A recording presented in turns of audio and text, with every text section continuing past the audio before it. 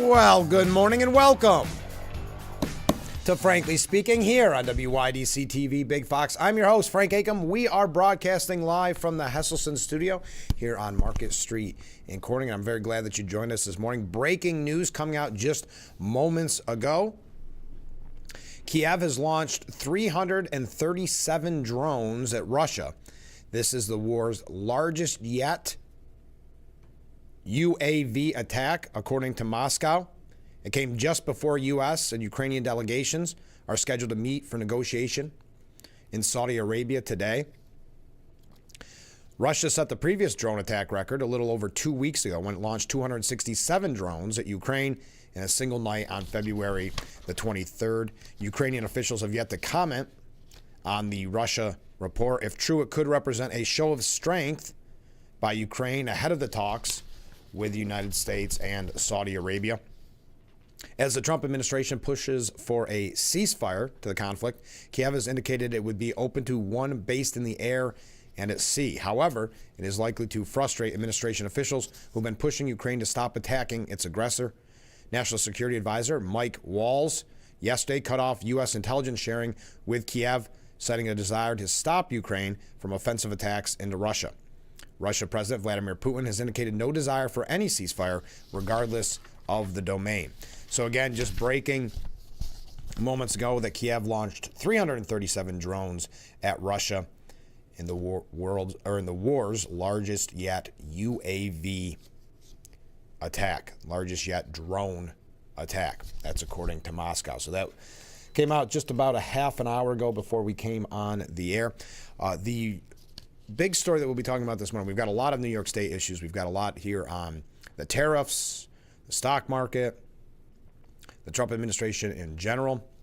But yesterday, it was reported that New York officials have fired more than 2,000 prison guards for not returning to work after a weeks-long strike. I think it was, about 19, 20 days? 22 days, actually. Enough correctional officers had returned to work for the state to declare an end to the Wildcat strike. Quote, after 22 days of an illegal strike, the governor and I are happy to report it is now ended, said Corrections Commissioner Daniel Marticello during a virtual press briefing yesterday. The state and guards union, the New York State Corrections Officers and Police Benevolent Association, reached a new deal to end the strike over the weekend, but it was contingent on at least 85% of staff returning to work by Monday morning. While the 85% goal was not met, Marticello said the state would honor some of the agreement's provisions, including on overtime work. They said the National Guard would remain in place at prisons to support staff while the department pursues an aggressive recruiting campaign to bring in additional employees. Governor Hochul has deployed the National Guard to some prisons to fill for striking workers. Now, about 10,000 security staff are available to work in prisons across the state, down from about 13,500 before the strike. Quote, termination letters have been sent to over 2,000 officers who remained on strike. Officers and sergeants who did not have pre-approved medical leave and didn't return by this morning, 6:45 a.m. deadline, this meaning Monday, have been terminated effective immediately. Now we know what the complaints were. We know that Governor Hochul has been very poor in her handling of this strike. It really did not, in my opinion, receive the media attention it should have received. You could suggest political reasons for that. But again, now the strike, so 22 days into it, they have now declared an end to it. Now, I don't know if that means that there'll actually be an end to it, if there'll still be people outside protesting. I know there were yesterday. 2 previous deals that sought to end the strike failed to bring back enough guards to declare an end to the labor action.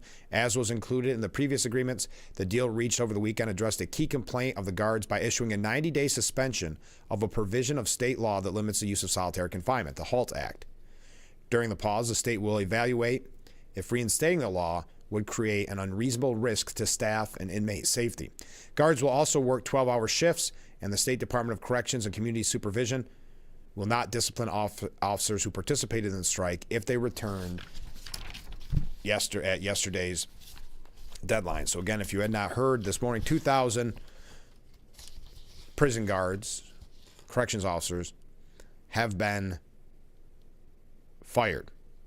Thousands of other corrections officers returned to duty, meeting a state-imposed deadline to return to work yesterday or face the termination and the loss of health care coverage. It's interesting to see what happens when it's a state action, where this kind of treatment of employees is approved of. If it's a state action, I'm sure the Labor Department would have a very different opinion. If your place of employment were asking you to work over 24 hours and overtime, involuntary overtime, putting you in harm's way. We know since the HALT Act, the numbers of inmate assaults and inmate on staff assaults have rose exponentially since HALT came in. Again, Corrections Commissioner Daniel Marticello said that although the provisions of a labor agreement the state made with the Corrections Officers Union was contingent on at least 85% of the thousands of striking corrections officers returning to duty, a threshold that was not met, he would still honor most of the tenets of the deal. Quote, "It's time to recover, rebuild, and recruit. I want to thank the staff that have worked hard every day of this strike. Your being there was critical through the challenging 22 days. I thank the 5,000 security staff that have returned to work." Now, most of the striking corrections officers began returning to work at multiple prisons across New York on Monday. Others had returned over the past couple of weeks. A corrections officer from Western New York told the Times Union early Monday the officers at Upstate, Bear Hill, Collins, and Elmira prisons also would not return. The labor deal between the department, the governor's office, and the union representing thousands of corrections officers was reached late Saturday. If you know anybody on the ground, if you are a corrections officer in Elmira, what is the sentiment on the ground? Is the strike continuing in Elmira? Will there still be people outside? Now, it says here, state Senate Republican leaders sent a letter Monday to President Trump requesting that the National Guard troops who are deployed under state order be granted federal activation status so they could receive the same benefits and legal protection of active duty military members, including comprehensive health care benefits, a disability classification that would enable them to receive continuing care through the Veterans Administration. Robert Ort, the Senate Republican minority leader, said our National Guardsmen step up in times of crisis and play a vital role in keeping order, especially when the situation becomes dangerous due to circumstances like unsafe working conditions in prisons. Ensuring they have full benefits and adequate support if injured while carrying out their duties is critical. They risk their lives to protect and serve, and it's our responsibility to make sure they're taken care of physically, mentally, and financially. Now, many of the striking officers have said, and we've heard this numerous times throughout the last 22 days, that they lost faith in their union, whose leaders had last month blocked their delegates from having a strike vote at an executive board meeting. And we talked about that when these deals were being reached, that they were upset when the original deal came out between the union and Governor Hochul, and many of the striking COs were saying the unions never spoke for us, has never been here for us. So now we see, according to Albany Times Union and Fox News, that New York State and Governor Hochul have declared that the prison strike is over and will now fire 2,000 corrections officers. I'd love to hear your thoughts on that. I would love to hear what you're hearing on the ground in Elmira. We have a lot of breaking news this morning. I don't know if this is even worth mentioning as a breaking news story, but it was splashed all over the front page of the New York Post because it came in at around 3 o'clock this morning. But President Trump said that he will buy a Tesla to support Doge and Elon Musk's, quote, baby, after the electric car manufacturer has faced plummeting stock and boycotts over Musk working with the president. We've seen protests where charging stations and the like have been destroyed, even vehicles. He said to Republicans, conservatives, and to all great Americans, Elon Musk is putting it on the line in order to help our nation, and he is doing a fantastic job. This coming on True Social well after midnight. But the radical left lunatics, as they often do, are trying to illegally and collusively, is that how you'd say that, boycott Tesla, one of the world's great automakers, and Elon's baby, in order to attack and do harm to Elon and everything he stands for. The president said he'd purchase a Tesla in the morning as a show of confidence in Musk.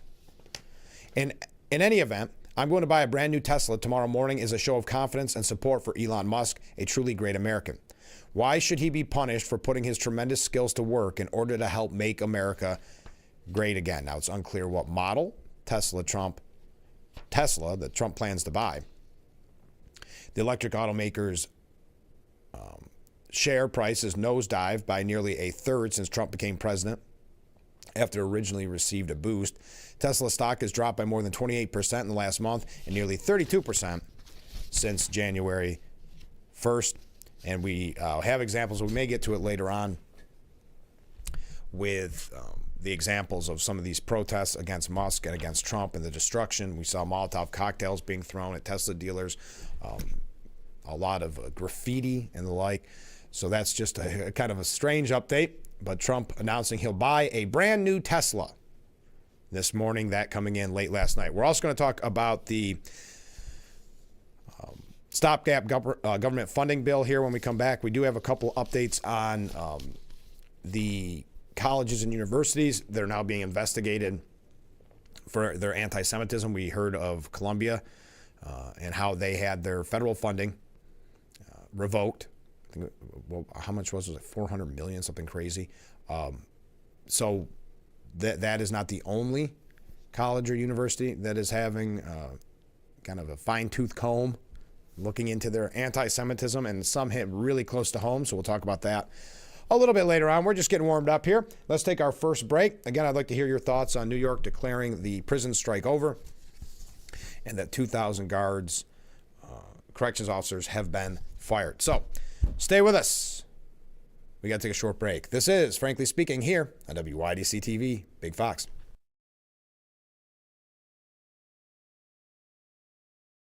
Have you been unable to work for over a year due to a mental or physical disability? Were you recently denied Social Security disability benefits? Great news. You may be eligible for money, back pay, relief. If you've been pre-qualified and diagnosed with a recognized condition that prohibits you from working, our lawyers can file a claim to get your disability benefit. Call us today and find out more. Call now, 844-617-0440. Want to know why it's hard to stop a train? It's how we've invented products that reinvented our world. It's how we test as hard as the elements do. It's how we run. Aaron's Heating and Air Conditioning in Corning is now offering residential plumbing services. A local, veteran-owned and operated company with over 25 years experience. You can trust the experts at Aaron's Heating and Air Conditioning. This was our last chance to show who our son was. I can't say enough about pre-planning. When you are in those moments, you are not thinking clearly. We showed up for the remembrance and we walked in and we just, wow. It was arranged perfectly. Yeah. I certainly could not have done that in that moment. So to have those pre-conversations, it's really important. Visit carpentersphillipsflint.com to learn more about our family-owned funeral homes. If there's one thing we like, it's choices. And your Ford dealer is the place to start. With a full lineup of vehicles and available powertrains. Get your ideal combination of power and capability with gas, hybrid, or all electric. But more important than the power you choose is what you choose to do with it. Right now, returning lessees can get a Ford Escape for $199 a month for 24 months. Only at your local Ford. The Frankly Speaking Roof Cam brought to you by Boss Security and Horseheads. Contact them today for all your business and home security needs. Welcome back as we are broadcasting live from the Hesselson studio. We got a comment from a viewer. Good morning, Frank. Well, good morning. Looks like the guard strike is on since they have not met the 85%. Well, as is typical with New York State, they just changed the rules. They're ignoring that 85% and saying that it's all over but the shouting, that the strike is over and that they have fired 2,000 corrections officers that did not return to work yesterday. That is what is being reported by Fox News and the Albany Times Union. Now, last night, House Republicans advanced a short-term funding bill, a bill that is opposed by Democrats, that would avert a government shutdown. Isn't it interesting when Republicans are teetering on a government shutdown. It's the worst thing in the world that the Republicans don't care about Social Security recipients. They don't care about veterans. It's all these scare tactics, even though those things are not generally affected by a government shutdown. It's the non-essential employees that are affected. But, you know, it sounds like it's the end of the world. But now that it's Democrats that are pushing us towards a government shutdown, everything is hunky-dory. Everything is fine. No reason to be concerned. The GOP plan to keep the government open through September cleared the House Rules Committee in a 9-3 vote, with every Democrat on the panel voting against it. House Speaker Mike Johnson has said he plans to bring the measure before the full House floor for a final vote today. The bill, a continuing resolution that will essentially extend fiscal 2024 spending levels through the start of the 2026 fiscal year, is backed by President Trump, who was working the phones early yesterday to convince House GOP holdouts to back the measure. The continuing resolution must pass the House, Senate, and be signed by the 78-year-old president by midnight Friday to keep government operations running without interruptions. House Minority Leader Hakeem Jeffries, who's been receiving a lot of criticism and complaints from Democrats who don't believe he's doing enough to fight Trump, he refused to back the measure, claiming it will impose, quote, the largest cut to Medicaid in American history. They've also put a target on the back of Social Security and Medicare, Jeffrey said, accusing them of also targeting cuts for nutritional assistance for children and families. Republicans are trying to rip health care away from tens of millions of Americans. Now, this is such a cliche talking point coming from Jeffries. It's what we always see when they talk about any kind of funding bill. They always try to claim that Republicans are trying to take away your Social Security and your Medicare and your Medicaid. Which we know that is just not the case. House Republicans have rejected Jeffries' claims. There's a complete separate issue from discretionary appropriation bills that's all mandatory spending. The aides pointed out that the only cuts included were side deals made between former Speaker Kevin McCarthy, former President Joe Biden, and then Senate Majority Leader Chuck Schumer as part of the Fiscal Responsibility Act of 2023, excuse me. Under the measure, defense spending will get a $6 billion boost from the fiscal year 2024, but non-defense discretionary spending will fall $13 billion beneath the previous fiscal year. There's also no funding for so-called community projects, which will earmark for funding needs in lawmakers' districts the House Appropriations Committee Chairman Tom Cole did away with. The goal here is to start spending less money, a senior Republican aide told reporters.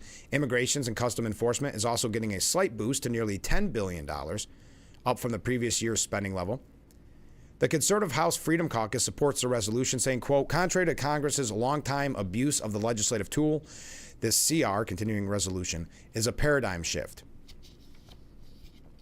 The bill will reduce and then freeze spending for the next 6 months to allow President Trump and his administration to continue their critical work with the executive branch to find and eliminate waste, fraud, and abuse, said the caucus. Quote, it entirely kills the prospect of a budget-busting, pork-filled omnibus this fiscal year, and it breaks the long-standing practice in the swamp of handcuffing increases in defense funding with increases to non-defense bureaucracy. Furthermore, it contains zero earmarks, makes major rescissions in the Internal Revenue Service and so-called Commerce Slush Fund, and includes additional funding for immigration enforcement and deportation operations. Perhaps most importantly, it prevents Democrats from derailing the America First agenda with a go-nowhere government shutdown. Now, not all GOP members are on board. I'm going to talk about that in just a moment, but Representative Tim Burkett, Corey Mills have indicated they are on the fence, and Representative Thomas Massey is committed to tanking it, saying, quote, unless I get a lobotomy Monday that causes me to forget what I've witnessed the past 12 years, I'll be a no on the CR this week. If more than 2 Republicans vote it down, the measure won't pass, assuming all lawmakers are in attendance. In the Senate, the stopgap funding measure would also need at least 7 moderate Democrats to help it break the 60-vote filibuster. Several, including Senators Mark Warner of Virginia and John Ossoff of Georgia, have signaled their opposition already. So it's not, government shutdowns aren't such a scary thing when it's being imposed by the Democrat Party. Now, Trump says that GOP Representative Thomas Massey should be primaried after vowing his opposition to the CR. He has pledged to vote against the Trump-backed measure, as I had just mentioned. So Trump took to Truth, saying, "Thank you to the House Freedom Caucus for just delivering a big blow to the radical left Democrats and their desire to raise taxes and shut our country down. Sometimes it takes great courage to do the right thing," he added. Congressman Thomas Massie of beautiful Kentucky is an automatic no vote on just about everything, despite the fact that he has always voted for continuing resolutions in the past. He should be primaried, and I will lead the charge against him. He accused the six-term congressman of being just another grandstander who's too much trouble and not worth the fight. He reminds me of Liz Cheney before her historic record-breaking loss. Let me see. There's more. "The people of Kentucky won't stand for it. Just watch. Do I have any takers?" he said, meaning anybody that will primary Mr. Massie. So Massie said, "Why would I vote to continue the waste, fraud, and abuse Doge has found?" Arguing that Republicans are punting again on meaningful tackling of government spending. Massie indicated that he is not afraid to be primaried in response to a tweet directed at him from former Trump campaign manager Chris LaCivita. "Someone thinks they can control my voting card by threatening my re-election," the congressman wrote. "Guess what? Doesn't work on me. 3 times I've had a challenger who tried to be more MAGA than me. None busted 25% because my constituents prefer transparency and principles over blind allegiance." So Trump calling for GOP Representative Thomas Massie to be primaried. Now, Democrats are threatening to shut down the government over, as Republicans put it, their hate of Elon Musk. We're going to talk about that when we come back. Again, New York declaring the prison strike is over and will fire 2,000 corrections officers. Your thoughts on that, what you are hearing. We've got a lot of comments coming in. I appreciate that. Let's take a short break. I'll read those comments when we come back. This is Frankly Speaking here on WYDC TV. Big Fox, stay with us.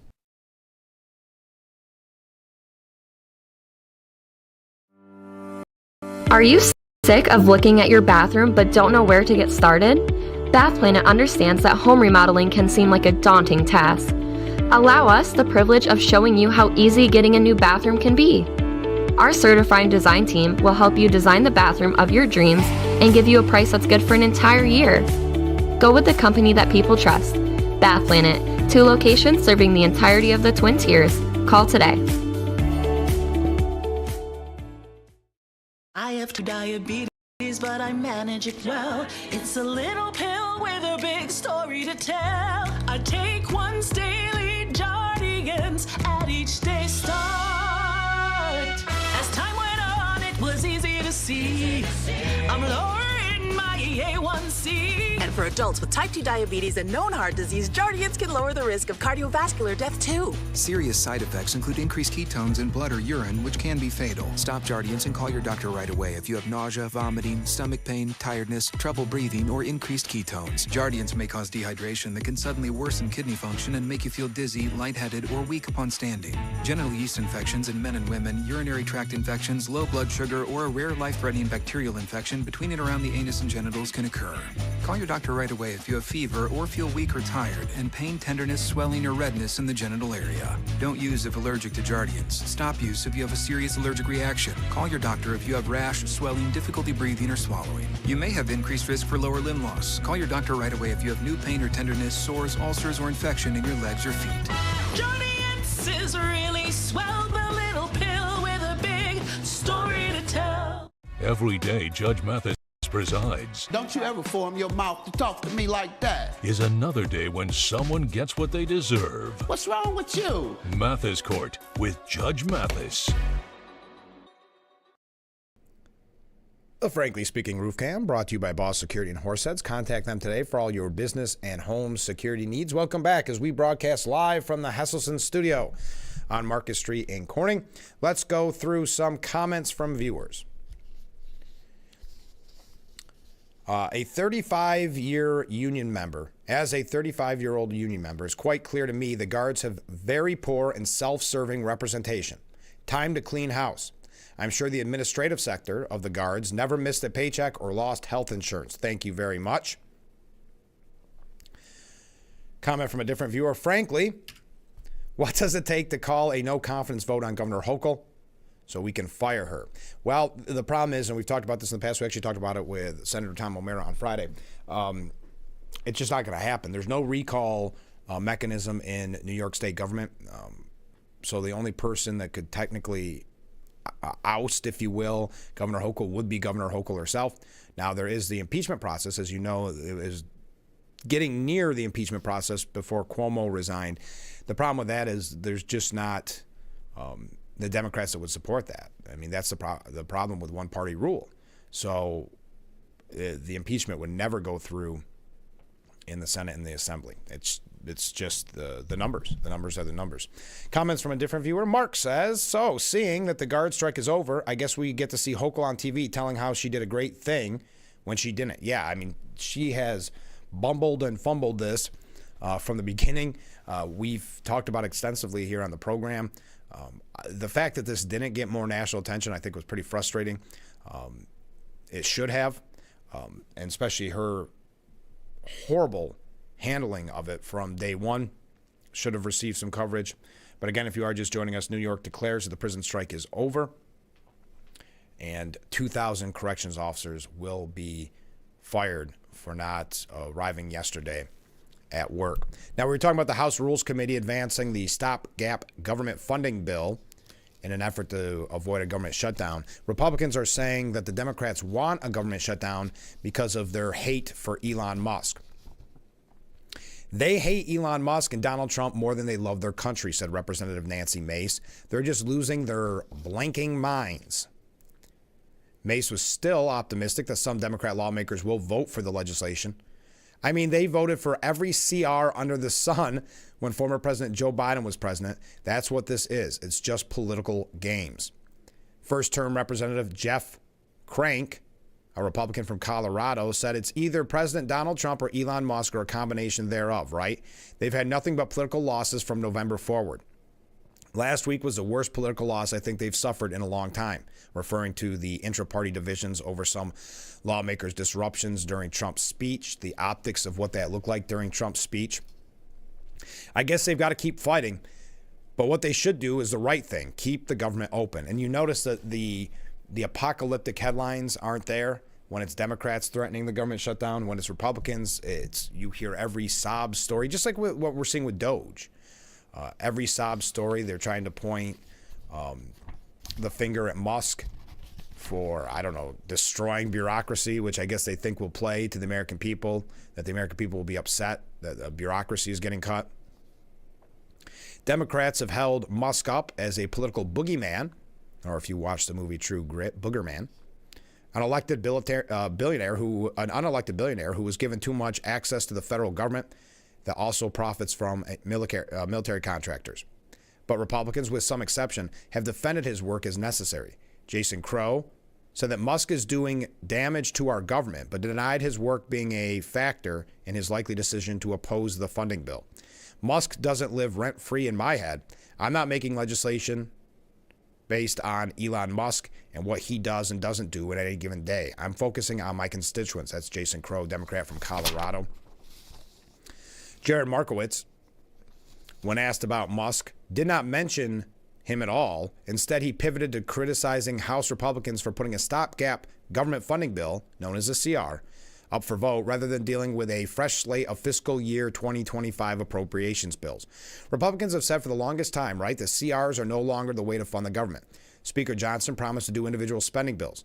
That was his pitch to his colleagues in order to remain Speaker. Okay, he's the one who's going back on his word to his own colleagues. But Democrats have nonetheless used Musk in their public broadsides against the bill. It takes away veterans' health care. It takes away critical research funding. Those are the things the House Republicans are willing to do just to give Elon Musk and Donald Trump's friends continued tax breaks. That's unacceptable to House Democrats, said Pete Aguilar. Representative Don Bayer said Trump and Musk are illegally shutting down federal agencies, mass firing federal workers, and freezing congressionally mandated funding. It's causing massive job losses and economic chaos for my constituents, and the Republican CR would continue this disaster. I will be voting no. Democrat Representative Don Bayer, he was on Bloomberg's Balance of Power yesterday. And he said he will vote against a continuing resolution like Hakeem Jeffries.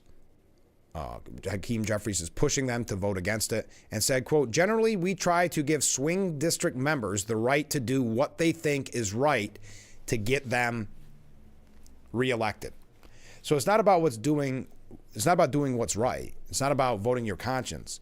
It's about trying to dupe your constituents and win reelection.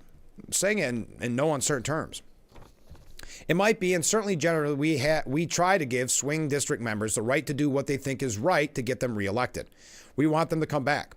I think we'll have almost 100% of following Hakeem's guidance this time, mostly because, first of all, it cuts veterans' benefits. It cuts medical research, and most importantly, you pass a budget where Donald Trump has already said he doesn't have to spend it. This whole impoundment thing, which is unconstitutional, illegal, that we're passing a budget that he can just ignore. So we try to give swing district members the right to do what they think is right to get them elected.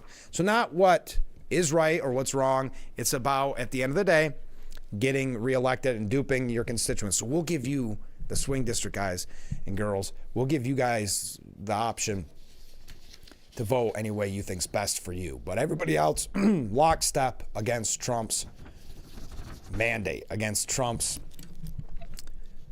decisions, against anything Trump or Musk or Republicans in general push. They are going to be opposed, as Representative Nancy Mace said. Speaking of which, that's why you're seeing kind of this quote-unquote pivot from Gavin Newsom. This is an update from the story that we had yesterday. You know, he came out and basically said he had real problems with trans athletes in sports. You're kind of taking a completely different position than most in his party. Well, what did we say on this program? We know it's because he wants to run for president. And his far left beliefs that have destroyed California, if he came out and talked about those and showed his support for those issues, he would be dead in the water. So now he has to try to, just like that person saying about the CR, the voting on the CR, has to dupe the American people. On the program On Balance, Representative Amy Barra, a Democrat from California, said that he believes Democrats should, quote, stay out of the culture wars and keep their focus on economic issues that most people care about, and that Governor Gavin Newsom made a, quote, little pivot on transgender issues last week. Quote, it sounds like someone who's running for president, maybe. We lost this last election because we didn't talk about common sense things. We didn't talk about lowering prices, making groceries more affordable, bringing energy prices down. That's what the American public really wants. And Donald Trump, to his credit, talked about all those things. We have to come up with our plan and stay out of the culture wars. So I watched my governor last week make a little pivot. It sounds like someone who's running for president, maybe. He added the Democrats should stay out of the culture wars. We ought to talk about what 95% of Americans care about. How am I going to pay my mortgage? I want to retire one day. Mom and dad are getting older. And how are we going to take care of them? Let's talk about all that stuff. So yes, as we mentioned yesterday, it does look as if California Governor Gavin Newsom is running for president. I mean, let's face it, he did it while Biden was still running, basically a shadow campaign in case something happened. So it comes as no surprise. But now you'll see the pivot to where he tries to pretend that he's not as far left as he is. It's very much like Richie Torres here in New York State, who's trying to be Mr. Public Safety when he was originally for defunding the police. They have to dupe the voter, essentially lie to the voter and tell them that they are something they are not in order to get their vote. So that was just an update from yesterday because I know we talked about that story and it got some good conversation going. We have another update on the education department. When we come back, if you are just joining us, New York has declared the prison strike over, according to Albany Times Union, and that they will have fired 2,000 corrections officers. That does not put them at the 85% that they needed in the prisons to reach this deal, but they, being that it's the state, they said, never mind about that 85%. I know we said that originally. Never mind, 85% don't need to return. We're happy where it's at. We'll just keep the National Guard there a little bit longer. So that's where we're at this morning. Keep those comments, keep those waves coming in. Well, this show's moving fast, like yesterday's and the day before that. Stay with us. We'll be right back. Frankly Speaking, here on WYDC TV, Big Fox. This is Alan. He's He's choosing to gamble on eating cheap gas station sushi. But when he gambles with money, Alan always makes responsible choices, like setting and sticking to his financial limits. Good luck, Alan. We all take risks in life. Just gamble responsibly. Ever feel spectator in your own life with chronic migraine? 15 or more headache days a month, each lasting 4 hours or more. Botox prevents headaches in adults with chronic migraine. In a survey, 91% of users wish they'd started sooner. So why wait? Talk to your doctor. Botox effects may spread hours to weeks after injection, causing serious symptoms. Alert your doctor right away, as trouble swallowing, speaking, breathing, eye problems, or muscle weakness can be signs of a life-threatening condition. Those with these conditions before injection are at highest risk. Side effects may include allergic reactions like rash, breathing problems, dizziness, neck and injection site pain, and headache. Don't receive Botox if there's a skin infection. Tell your doctor your medical history, muscle or nerve conditions like ALS, myasthenia gravis, or Lambert-Eaton syndrome, and medicines like botulinum toxins, which may increase the risk of serious side effects. Chronic migraine may still keep you from being there. Ask your doctor about Botox today. Learn how AbbVie can help you save. Every day Ebony K. Williams presides is another day when right prevails over wrong. I can tell what happened here, sir, because I was born at night, not last night. Equal Justice with Judge Ebony K. Williams.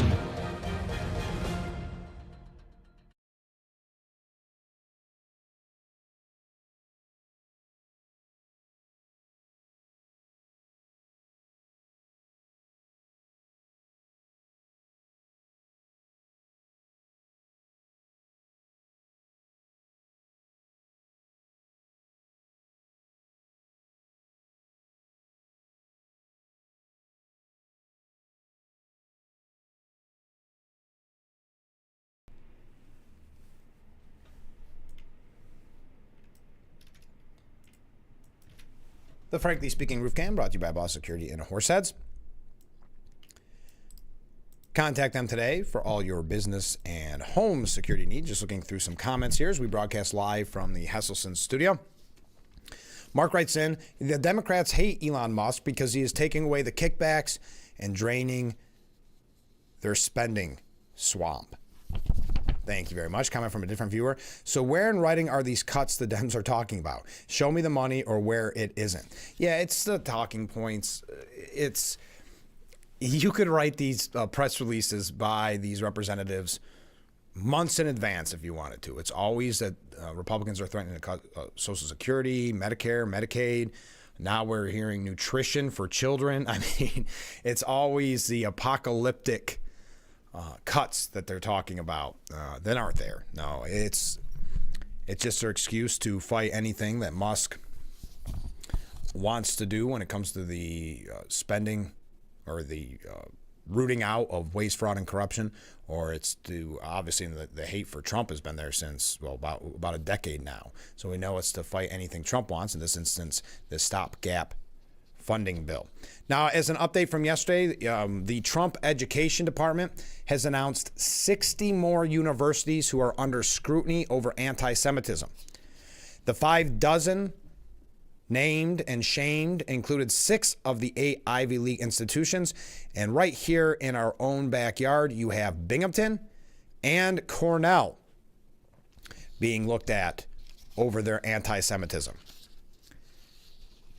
Linda McMahon, the education secretary, said the department is deeply disappointed that Jewish students studying on elite U.S. campuses continue to fear for their safety amid the relentless anti-Semitic eruptions that have severely disrupted campus life for more than a year.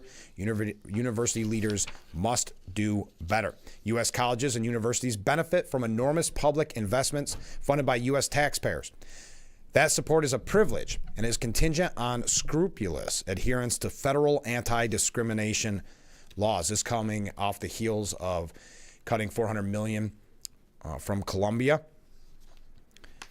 So, yes, as I mentioned, just as an update, Cornell is on that list of being investigated for anti-Semitism, as well as SUNY Binghamton. There was 2 other SUNY schools, SUNY Rockland and SUNY Purchase.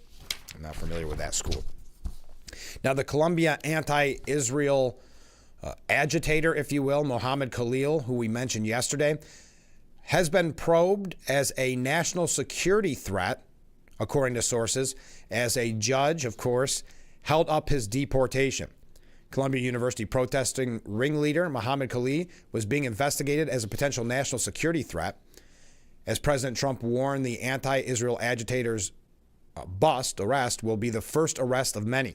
Secretary of State Marco Rubio was presented with intelligence that determined Khalil, a Syrian-born Palestinian who received his graduate degree from the elite school in December, was a threat to national security. It wasn't immediately known what intelligence Rubio was shown, but the source said the Department of Homeland Security has been gathering intel on those actively engaging in supporting Hamas, not just everyday protesters, since Trump's executive order cracking down on anti-Israel demonstrators in the U.S. on green cards. Now, the DHS spokesperson, Tricia McLaughlin, confirmed this in a statement that also alleged Khalil, who was a driving force behind many of the anti-Israel protests, building takeovers, and encampments that have plagued the Ivy League school for more than a year, was involved in activities tied to Hamas. ICE and the Department of State are committed to enforcing President Trump's executive orders and to protecting U.S. national security. Now, Trump took to Truth Social yesterday, saying, following my previously signed executive order, ICE proudly apprehended and detained Mohammed Khalil, a radical foreign pro-Hamas student on the campus of Columbia University. This is the first arrest of many to come. We know there are more students at Columbia and other universities across the country who've engaged in pro-terrorist, anti-Semitic, anti-American activity, and the Trump administration will not tolerate it. Now, as mentioned, a judge has blocked his deportation. That came yesterday. Now, he has been at the forefront, this Khalil, been at the forefront of these anti-Semitic, anti-Israel protests. Khalil, in a Monday court filing, made a bid for his freedom and claimed ICE violated his constitutional rights by arresting him. In the court filing, attorneys for Khalil said that he's been told by the ICE agents who grabbed him that the State Department had revoked his green card and that he would be brought in front of an immigration judge. The White House source said the Secretary of State has the power to revoke green cards, but legal experts raised questions about whether the administration had grounds to do so. Do you believe being a part of these anti-Semitic, anti-American, anti-police protests is enough to revoke a green card? His attorney, or a civil rights attorney, said the people with green cards have the same First Amendment rights as American citizens. He said there are cases where legal residency can be taken away, such as if you're convicted of a crime involving moral turpitude, or if you've lied when applying for your green card. But Kirby said before that can happen, there's a process that has to be followed where you go before an immigration judge and defend yourself, and the government files a case against you based on a legal violation. Now, because of his arrest, protests erupted in Manhattan. Hundreds of protesters marched in Manhattan supporting Mohammed Khalil. Immigration and Customs Enforcement agents, we know that, arrested him, while Khalil, who has not been charged with a crime, was held by immigration authorities. While that was happening, a crowd of about 1,000 gathered at Foley Square and marched to Union Square. One protester labeled the arrest as a form of political oppression and went as far as alleging Khalil was kidnapped. This is a shift by our government towards fascism, says Jay Saper. New Yorkers will have to take to the street. This is not about addressing anti-Semitism. This is about political oppression and anti-Palestinian racism. This is about instituting fear. So maybe it should have been a thought when the protest began that you were in support of Hamas and Hezbollah, that maybe there would be some repercussions. Now we know that he's no longer a student, though he was living on campus still. He graduated in December, still forming these protests. As I mentioned, Manhattan federal judge Jesse Furman scheduled a hearing for Wednesday in response to a petition filed by Khalil's lawyers challenging the legality of his detention. The judge halted Khalil's deportation, stating he, quote, shall not be removed from the United States unless and until the court orders otherwise. A professor, Nadia Abu Al-Haji, co-director of Columbia's Center for Palestinian Studies, said, let's be clear, Mohammed was detained for his political speech. Another Columbia professor, I keep saying this, remember, these are the grown-ups in the room. Another Columbia professor, Marianne Hirsch, said the arrest brought back my most tormenting childhood memories. I've spent my career, or a good part of my career, teaching about fascism and the memory of the Holocaust. So what is happening now should never happen to anyone. My committed Jewish faculty colleagues and I have warned that the false characterization of Columbia as a hotbed of anti-Semitism would be used as an alibi for what's actually happening. So we are supposed to believe what that professor says, not what we see with our own eyes with the anti-Semitic protests that have run amok at Columbia and other universities as well. So I wanted to give you that update. He is not being deported as of yet, but he has been detained. His visa or his green card revoked. That has led to more protests in the street. Remember, I had two quotes right there from just professors. So how many faculty and professors are involved in that? And then you wonder why there's so much bias, there's so much hate coming from these colleges and universities when the professors are engaged in it and encouraging it. But we got some comments coming in. Again, if you're just joining us, New York did declare the prison strike over and will fire 2,000 corrections officers. I'd like to hear your thoughts on that. We do have some New York State updates when we come back and your comments. Hard to believe our number one is almost in the book, so stay with us. We will be right back. When it comes to pizza, subs, wings, strombolis, and calzones, nobody does it better than Picnic Pizza. Picnic Pizza has been serving the Twin Tiers for over 40 years. With 2 convenient locations to serve you, Horseheads and Big Spots, you can dine in, carry out, or we'll deliver in a 5-mile radius. We offer everyday in-house specials like a family pack, 1 large pizza, 1 dozen wings, and 1 quart of soda. Having a party? How about a party pack? 1 sheet pizza, 2 dozen wings, and 2 quarts of soda. Picnic Pizza, the best darn pizza in the area. Beat the dark days of winter and have a vacation from taxation with the Hesselson's Hot Tub. What better way to start or end every day than with hot water therapy in your very own Hesselson's Hot Tub? With every spot purchase, Hesselson's guarantees great customer satisfaction and the best service team in the area. Plus, with Hesselson's Vacation from Taxation sales event, free steps, free cover lifter, free music, and 0% interest-free financing. Ask about Hesselson's chemical auto ship program and save even more. Stop in today and see why after 70 years it's still fun to poke in the corners at Hesselson's. Elmira, Horseheads, Cornell, Bath, Watkins Glen, Big Fox 10 p.m. News, the first primetime local news in the Twin Tiers. Catch news from your area, weather forecasts, and local events. And visit our website at WYDCTV.com anytime to stay up to date on weather, news articles, and local events. The Frankly Speaking Roof Cam, brought to you by Boss Security in Horseheads. Contact them today for all your business and home security needs. We are broadcasting live from the Hesselson studio on Market Street in Corning. A couple comments from viewers. When did having a green card make you a U.S. citizen? Great question. I believe it's a rhetorical question. Comment from a different viewer. So tell me, this is how is Hochul firing 2,000 guards any different than what Trump and Musk are doing? Well, I'd say it's quite different. What Trump and Musk are doing is to cut out waste, fraud, and corruption, where Hochul is firing valuable, necessary employees, all because she believes, and the state believes, that they should be able to work them with, I don't even know how you can justify it, with sometimes 24, 36-hour mandatory overtime, where they don't have to care about their safety. I mean, think if OSHA had a look at this. But when you have the HALT Act and the increase on assaults in prison, on staff, but also on fellow inmates, inmate on inmate. If you look at the numbers, according to Assemblyman Phil Palmisano, since the HALT Act went into effect, inmate on inmate assaults are up 169%, and inmate on staff assaults up 76%. So it's an unsafe work environment, coupled with the mandatory overtime that is not sustainable for your health.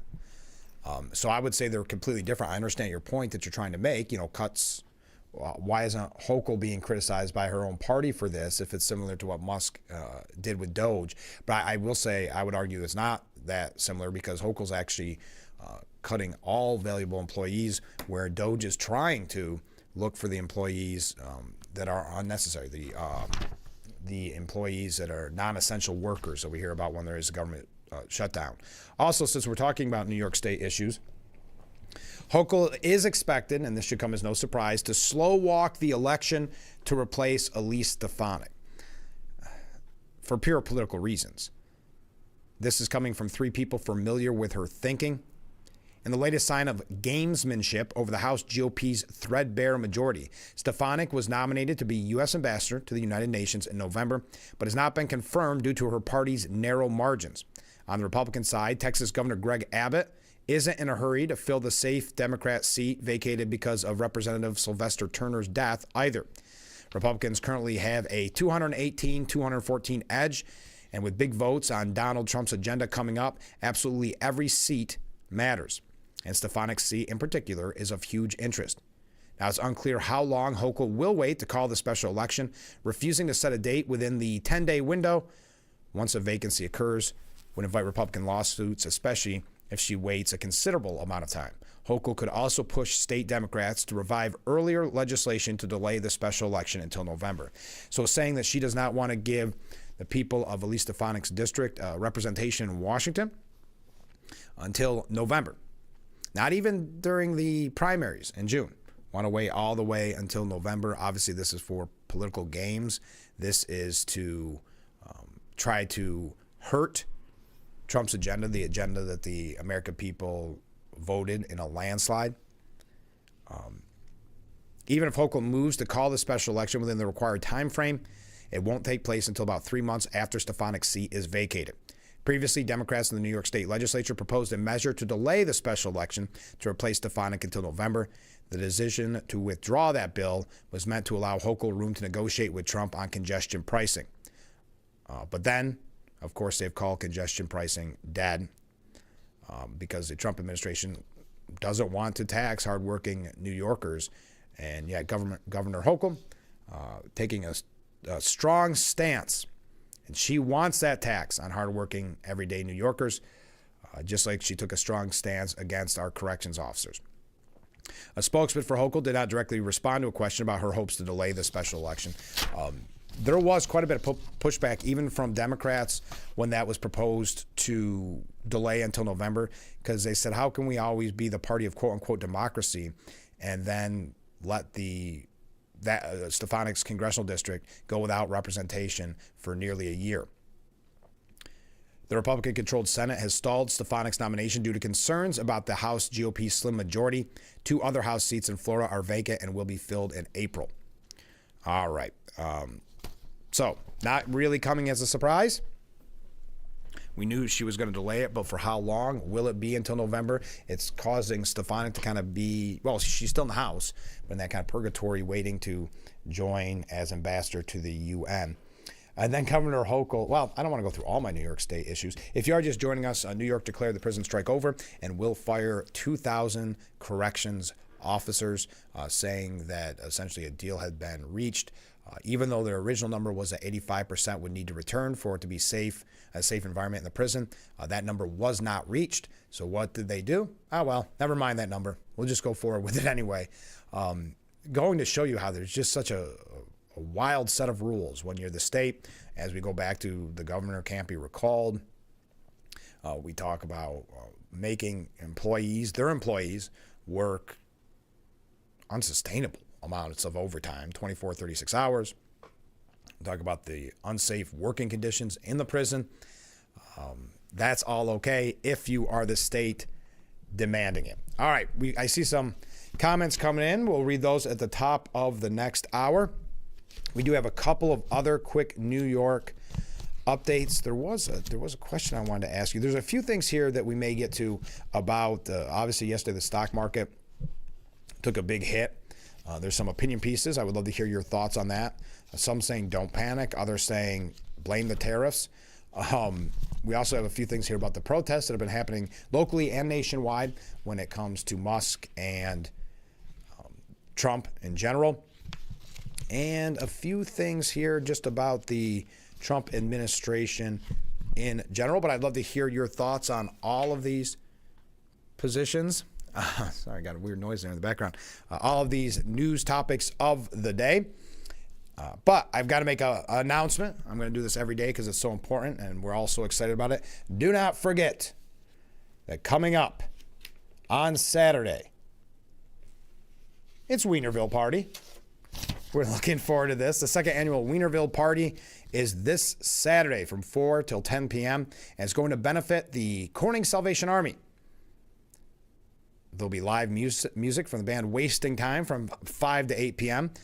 And, of course, the all-you-can-eat hot dog and baked potato bar. They'll be serving various toppings from 4 to 7. It's just $15 per person. There'll be raffle baskets and 50-50 raffles. You're not going to want to miss this event. We'll be reminding you all week because it goes to benefit one of our favorite causes, the Salvation Army of Corning. We thank the Corning Moose Lodge for holding this event. What a fun way to raise money for an amazing cause. So I wanted to mention that before the hour wrapped up. Mark your calendar, and I hope everybody can make it out and say hi. If you do, come over and say hi because I'll be trying to eat as many hot dogs and baked potatoes as I possibly can. All right, again, the big topic of the day that New York has declared the strike over. I don't know. I know yesterday there were still strikers on the grounds. I'm not sure where that will be this morning. If you or someone you know is a corrections officer, what are your thoughts on the strike being over and 2,000 corrections officers being laid off? So we could talk more about that. We're going to talk a few things here about Governor Hochul and, yes,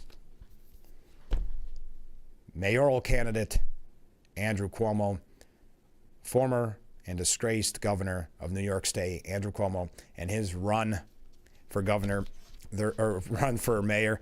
There's an interesting piece. Oh, and I'm also going to give you an update of how much his legal scandals cost us as taxpayers. If you recall, a while ago, there was one specific lawsuit that we as taxpayers were paying for, and I think that got up to $28 or $29 million that we were paying his lawyers as taxpayers because this lawsuit was in reference to his time as governor, so we have to foot the bill. And he even tried to put a gag order in so that the person he was going after wouldn't be able to mention that number because he knew how much that could hurt him and the optics. He did not win. They kept bringing it up, but the person eventually dropped the lawsuit because, as she said, she can't compete against a blank check from New York State government. She just did not have the money. So even though she said she was harassed by the governor, former governor, she just didn't have enough resources to continue fighting it. And just the mental toll it was taking on her and the depression it was taking on her as well. So we'll give you the final total on that. It was 28 for that one case. What's it like overall? So that's coming up in just a little bit as well. Make sure to reach out. Your thoughts, again, about the strike being over. I know I just got a minute here. I'm kind of killing time because I have just 30 seconds. I don't want to start a whole nother story, if you can't tell. That's why I'm vamping a little bit.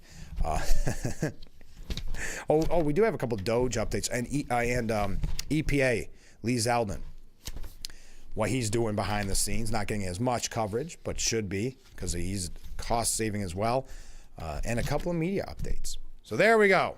As always, if you're new to the program, you see that number on the bottom of your screen. You can reach out at any time, 24/7, either text or leave a voicemail and weigh in on the topics of the day. We're going to read your comments when we come back and start hour number 2. So hour number 1 is in the book. Hour number 2, mere moments away. Stay with us. This is Frankly Speaking here on WYDC TV, Big Fox.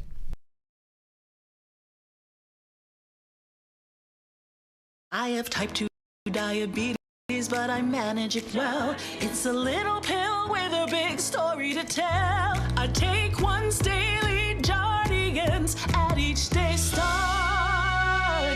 As time went on, it was easy to see I'm lowering my A1C. And for adults with type 2 diabetes and known heart disease, Jardians can lower the risk of cardiovascular death too. Serious side effects include increased ketones in blood or urine, which can be fatal. Stop Jardians and call your doctor right away if you have nausea, vomiting, stomach pain, tiredness, trouble breathing, or increased ketones. Jardians may cause dehydration that can suddenly worsen kidney function and make you feel dizzy, lightheaded, or weak upon standing. Genital yeast infections in men and women, urinary tract infections, low blood sugar, or a rare life-threatening bacterial infection between and around the anus and genitals can occur.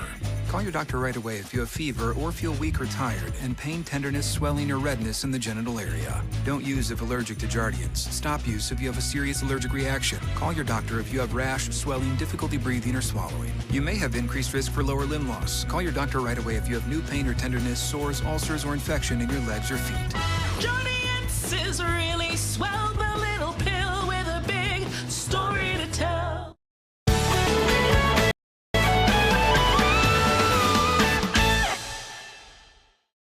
every Judge Mathis presides Don't you ever form your mouth to talk to me like that. is another day when someone gets what they deserve.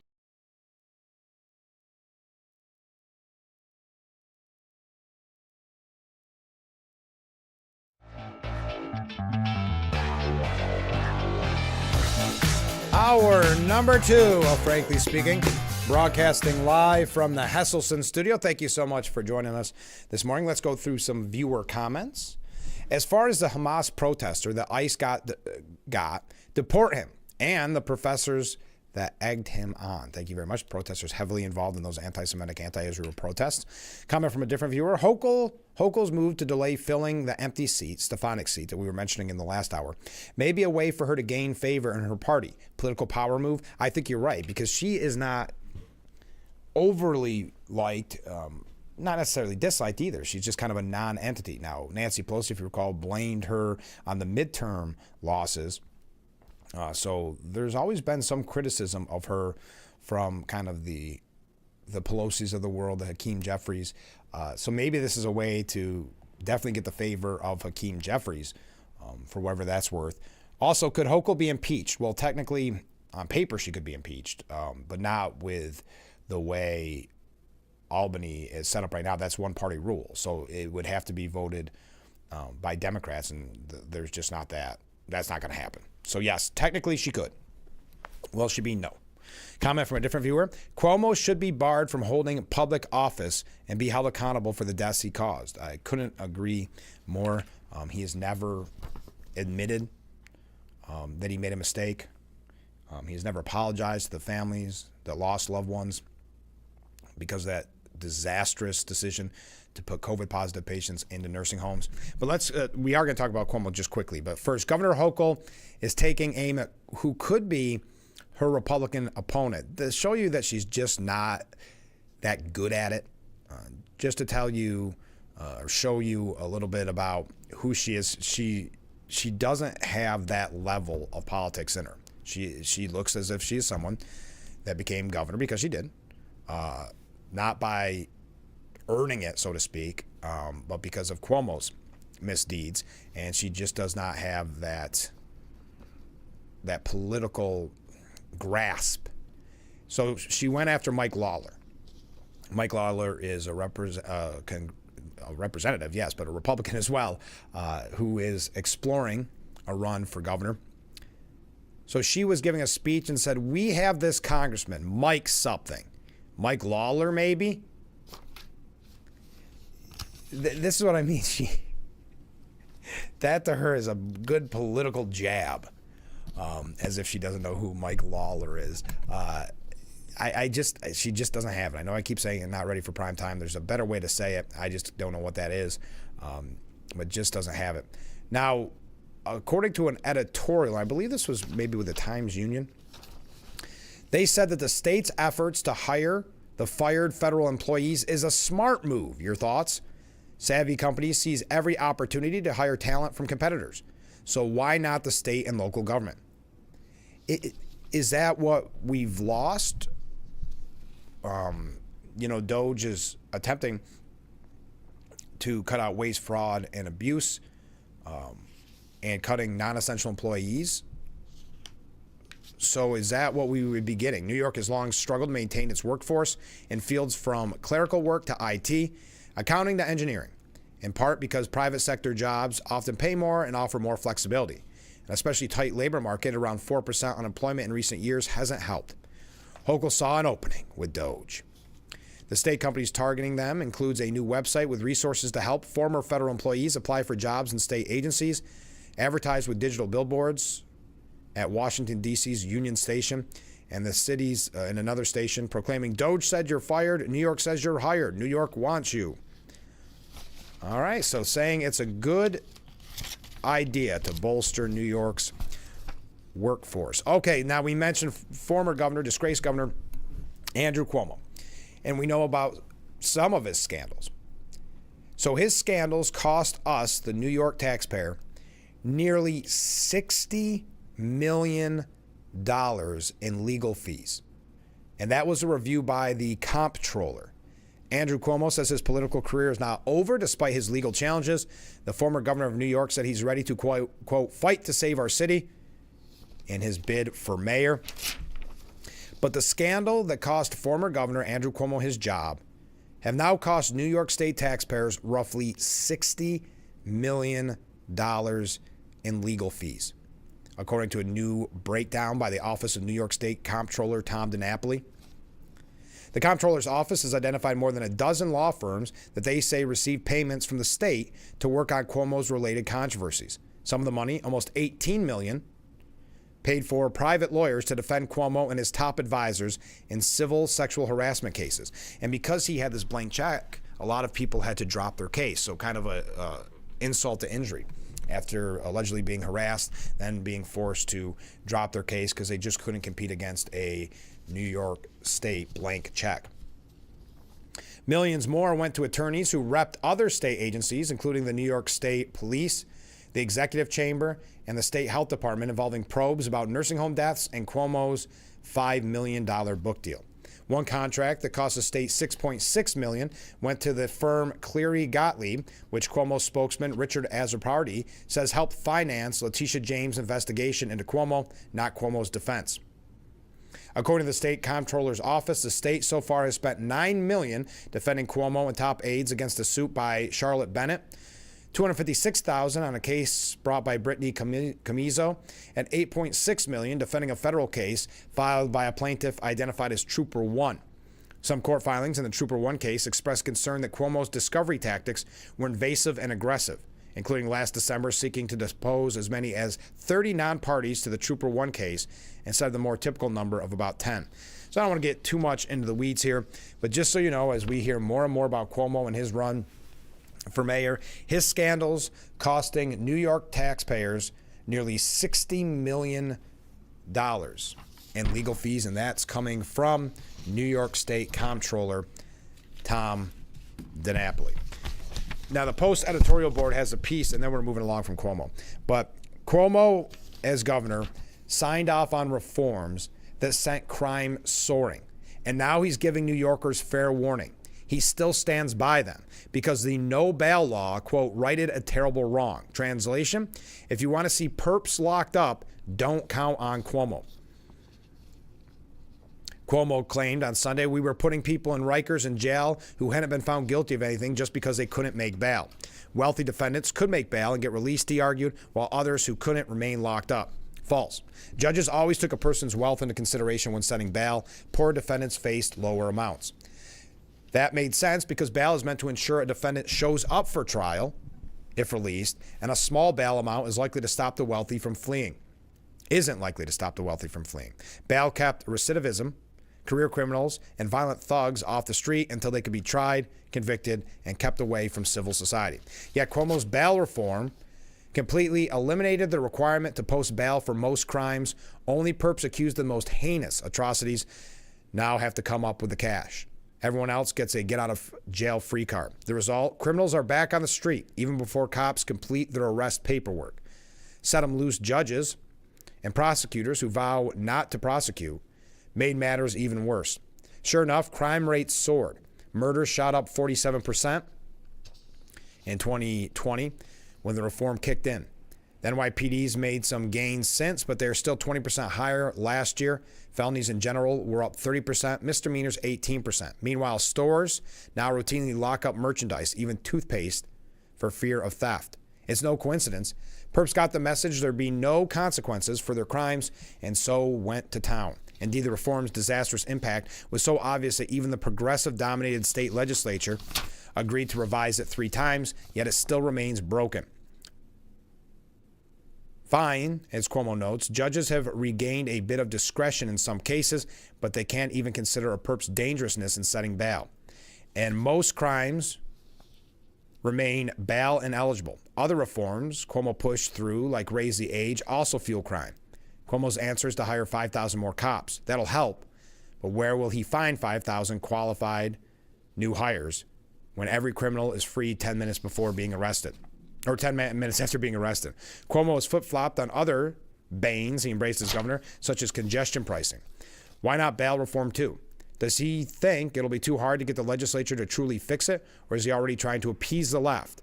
Whatever. For a guy whose campaign is all about how he knows how to lead, it sure looks awful cowardly. So that was just an update on Cuomo. As we move along, we've got a lot of issues here on the Trump administration. If you are just joining us this morning, we also were talking about that New York has declared the prison strike over, and that 2,000 corrections officers have been fired.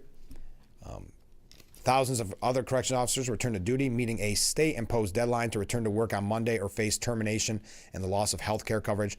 The return of those roughly 5,000 officers put the state's correctional workforce at about 10,000, which is still a few thousand short of the staffing levels in place before the strike began on February 17th. Yes, they did not reach that 85% goal, but they're going forward anyway. So your thoughts, especially if you are a CO or you know a CO, we'd love to hear your thoughts on that. All right, we got to take our first break of hour number 2. Stay with us. This is Frankly Speaking here on WYDC TV, Big Fox. –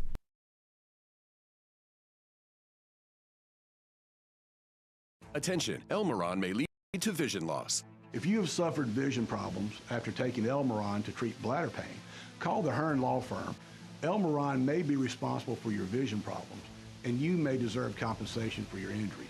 If you took Elmeron and now have vision problems, call the Hearn Law Firm at 888-308-3866 right now. You could find out if you qualify in less than 2 minutes. Call 888-308-3866 for your free case review. New year. And for millions of New Yorkers, that means more money in your pocket. For the second year in a row, the minimum wage in New York State has gone up. Both this year and next, the minimum wage is increasing 50 cents per hour. That means an additional $2,000 to spend on all the things you and your family need. Then, in 2027, the minimum wage will be tied to inflation, which means increases will match costs. New York's new minimum wage, putting money directly into the pockets of New Yorkers who need it most. There are days I feel stuck in my head. Even on an antidepressant, lingering depression symptoms can make it hard to break through. I wanted more from my antidepressant. I asked about Vraylar. Adding Vraylar to an antidepressant significantly reduces overall depression symptoms better than an antidepressant alone. Vraylar isn't approved for elderly patients with dementia-related psychosis due to increased risk of death or stroke. Report changes in behavior or suicidal thoughts to your doctor. Antidepressants can increase these in children and young adults. Report fever, stiff muscles, or confusion, which may be life-threatening, or uncontrolled muscle movements, which may be permanent. High blood sugar, which can lead to coma or death. Weight gain and high cholesterol may occur. Difficulty moving, tremors, slow or uncontrolled body movements, restlessness and feeling like you need to move, nausea, constipation, insomnia, dizziness, increased appetite, and fatigue are common. Side effects may not appear for weeks. Vraylar, breaking through to relief. The Frankly Speaking Roof Cam, brought to you by Boss Security and Horseheads. Contact them today for all your business and home security needs. Welcome back. We're broadcasting live from the Hesselson studio. Let's go to some viewer comments. How does OSHA let this happen to prison guards? Because the state has the ultimate power. That's why they can get away with things that you and I could never get away with at a private level. Comment from Mark. Why would Hochul know who wants to run against her? She didn't even know what the guards wanted when they striked. Good point. As recently as last week, saying, I don't even know what their issues are, even though they've made it crystal clear. So it was about eliminating the HALT Act and the, easing the mandatory overtime. Comment from a different viewer. Since Cuomo is no longer employed by the state, why is it that the state is paying for his lawyers? Great question. The $60 million the taxpayers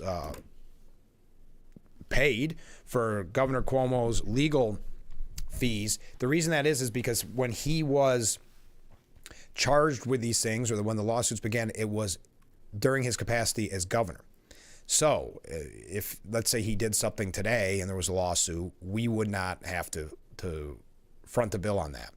But because these things happened while he was governor, we are forced to pay for it. So if you think of that one case, it was eventually dropped because the lady who alleged harassment just couldn't afford to pay it anymore. That was just last year. So we've been paying all this time. That's why the bill got up to $60 million. A lot of people made a lot of money off of you and me, the New York taxpayer, in defending Cuomo. So that's a great question, though. I'm glad you let me clarify that. Oh, yesterday, on a lighter note, Robert F. Kennedy Jr.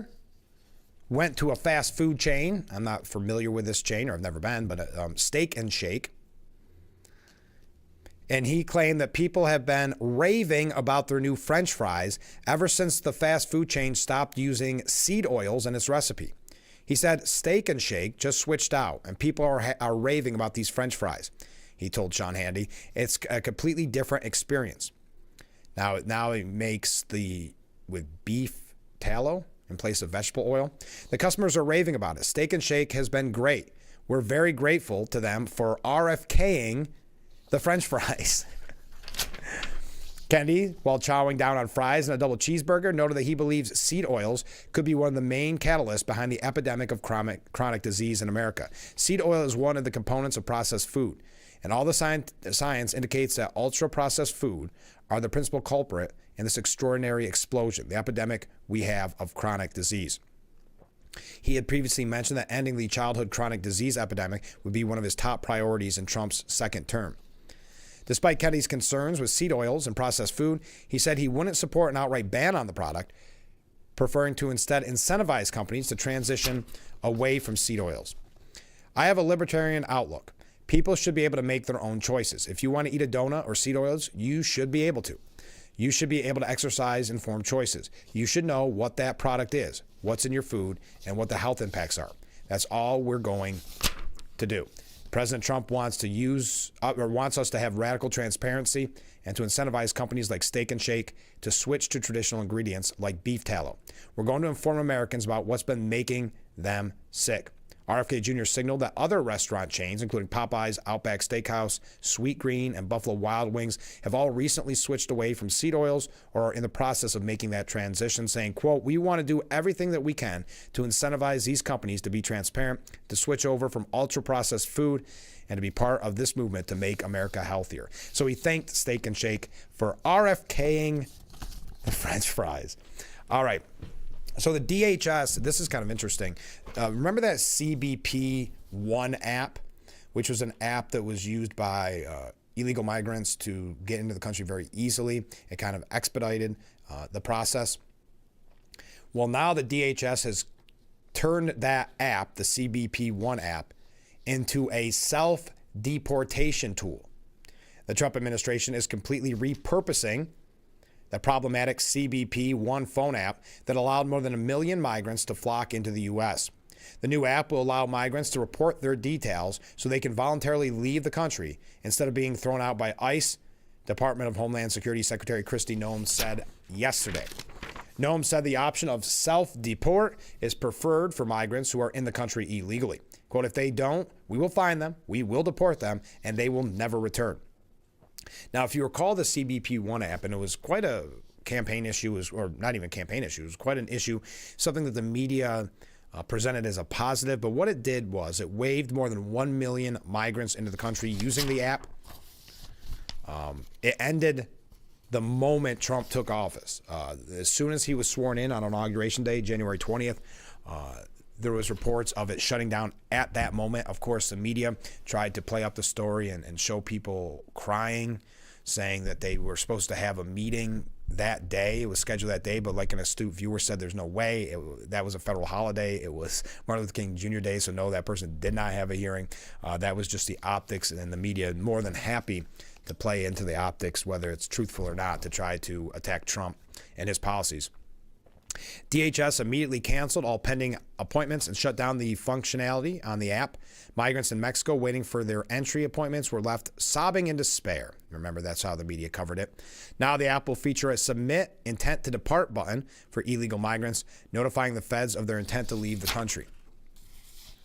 The new program comes as the Trump administration continues to focus on ramping up ICE arrests and deportations while shutting down the border to illegal crossing. Trump terminated the CBP One entry program, which allowed thousands of migrants to fly directly into the U.S. or walk across the border at inspection points on his first day in office. ICE also began taking to the streets. We know all about that. So there we are. The CBP One app being transformed into now a self-deportation act. Tom Homan, the border czar, said that he wants. Well, let me quote him exactly. I ordered a vast increase in work enforcement. We've got a plan right now of 200 work sites a week. The focus on work sites represents a fundamental restructuring compared to the Biden administration's more measured approach to work site enforcement.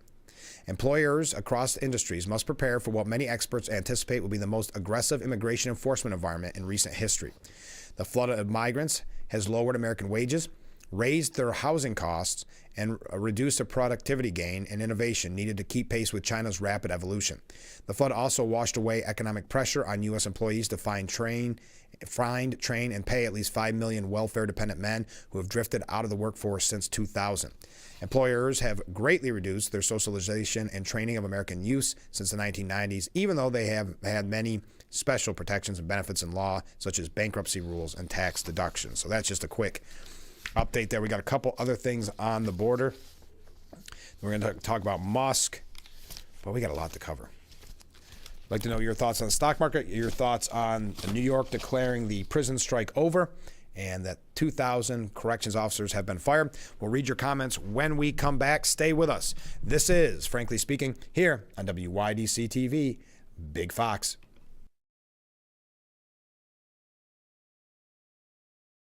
Trust your smile to Dr.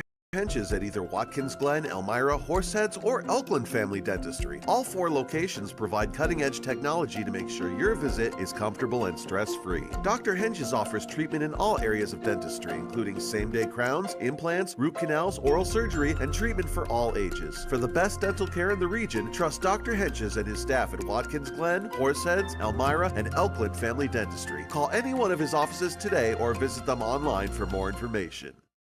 Laminate and vinyl to tile and wood. Floor & Decor has more options for pros, homeowners, and anyone looking for the right look at the right price. Your next beautiful space is at Floor & Decor.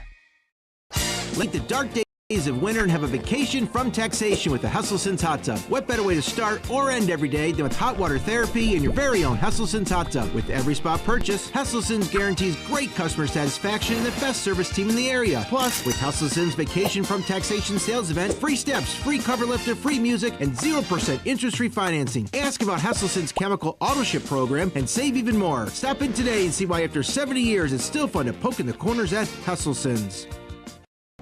Hard to explain what this feels like. Moving piles of earth, towing up to 4,000 pounds, cutting millions of blades of grass. We could keep trying to put it into words, but nothing compares to experiencing it for yourself. You just have to get in the seat. Right now, get 0% financing for 60 months and save up to $1,000 on select John Deere compact tractors from Lindsay Equipment. Every day, Judge Mathis presides. Don't you ever form your mouth to talk to me like that. Is another day when someone gets what they deserve. What's wrong with you? Mathis Court with Judge Mathis.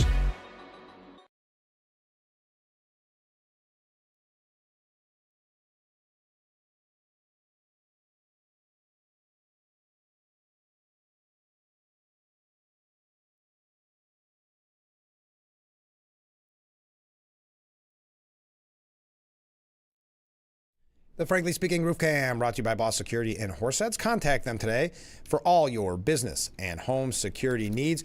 Welcome back as we broadcast live from the Hustlesense studio on Marcus Street in Corning. Thank you so much for joining us. We were talking this morning about Hochul and New York State declaring that the corrections officer strike is over and that she laid off, or fired, I should say, 2,000 corrections officers. We've got some comments, and they seem to be on the same page from different viewers. First off, great job, Hochul.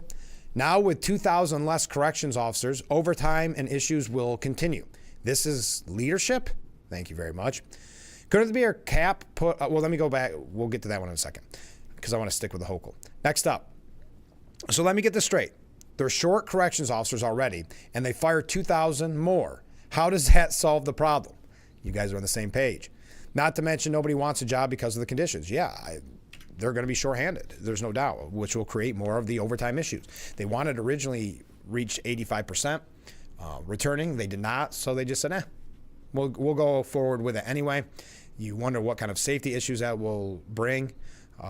Again, when we go back to the National Guard never trained to be a corrections officer. So that's a danger in and of itself, having them in there for their own safety, is what I'm saying. Not a job that they were trained for. So yes, it does not seem like leadership to me either. Comment from a different viewer. Couldn't there be a cap put on Cuomo's defense fund or anyone's? Maybe they could make a law, but they didn't. That's why taxpayers were on the hook for $60 million to protect Cuomo from his scandals. Hey, we were talking about the border. Rashida Tlaib was the only House lawmaker who actually opposed cracking down on Mexican cartels' border tunnel system. The House of Representatives passed a bill aimed at cracking down on Mexican cartels' use of tunnels underneath the southwestern border to smuggle illegal immigrants and illicit items into the U.S. The bill passed with overwhelming bipartisan support, 402 to 1, with Representative Rashida Tlaib voting against it. Now, she would not comment on why she voted against cracking down on the tunnels and the tunnel system at the Mexican border. No idea. Just something to keep in mind as we talk about some of the radical ideas of the Democrat Party. J.D. Vance calls on politicians to be honest about mass immigration driving up housing costs for Americans. Aside from inflation, zoning laws, and energy costs, Vance said importing millions of migrants from around the world every year has played a significant role in making homes even more unaffordable for working and middle-class Americans. He was at the National League of Cities Congressional City Conference saying, quote, "One of the drivers of increased housing demand, we know, is that we've got a lot of people over the last 4 years who have come into this country illegally. And that's something we have to work on if we want to meaningfully reduce the cost of housing, too. If you allow 20 million people to compete with American citizens for the cost of homes, you are going to have a large and, frankly, completely preventable spike in the demand for housing. And that is what we, of course, have seen. Because while we made it a little bit hard to build homes in this country over the last 4 years, we've also, unfortunately, made it way too easy for people to compete against American citizens for the precious homes that are in our country to begin with. Now, I'll say this. It's actually not just an American problem either. If you go to Canada, where because of their laws and regulations, they've seen a massive increase in the number of people who have come into this country. You go to the United Kingdom, you go across the world, and you see a very consistent relationship between a massive increase in immigration and a massive increase in housing prices. And we have to be honest about that. All right, so there's your update on immigration. We're jumping through a lot of topics this morning. I'm glad that you've joined us. I'd love to hear more on your thoughts when it comes to the 2,000 corrections officers that were fired by Governor Hochul yesterday. We have been mentioning the protests against Musk, against Trump. We know that the Democrats, who normally love continuing resolutions, now are very willing to shut down the government in, as Republicans put it, their hate for Musk and Trump. Interesting now that they are opposed to continuing resolutions when it is their favorite. What was it when Joe Sempolinski was congressman? I think he voted on, in his 4 months, 3 different budget.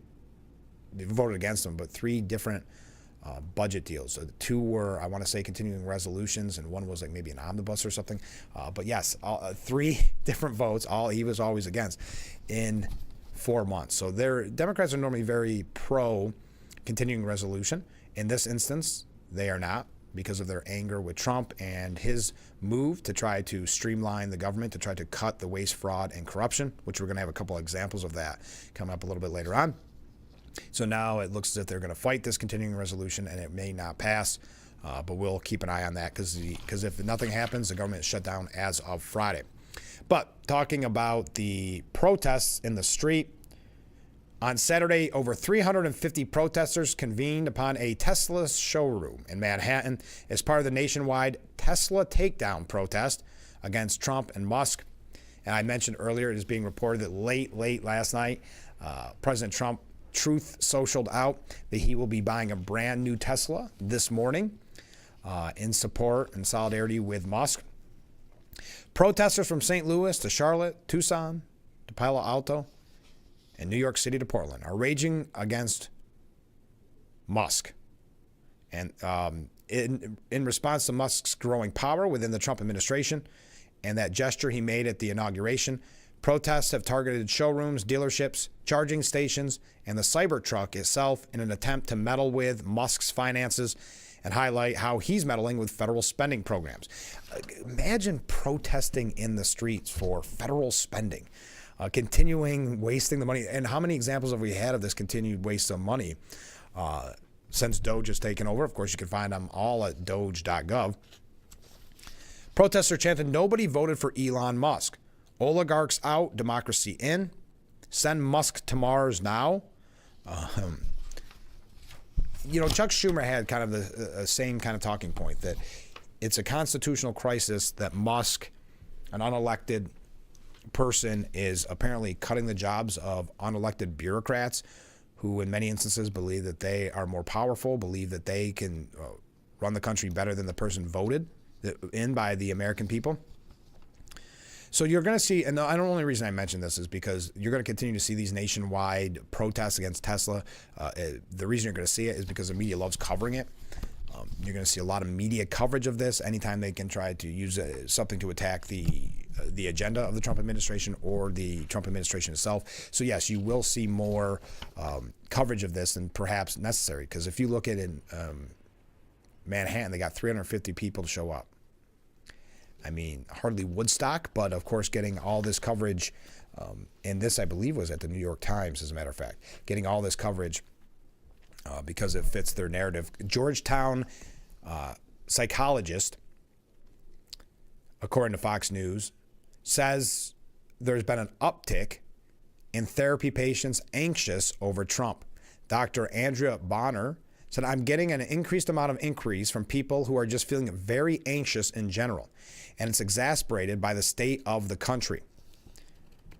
Groups like federal workers, humanitarians, and academics are at the helm of her caseload as billionaire CEO Elon Musk's cost-cutting efforts take aim at federal jobs, grants, and programs." Many of Bonner's concerned patients come from the Washington, D.C. area, where, in addition to teaching at Georgetown, she sees patients in her part-time private practice. Bonner says that many people with ties to the federal government or federal funding are experiencing real concerns about potential instability for their families.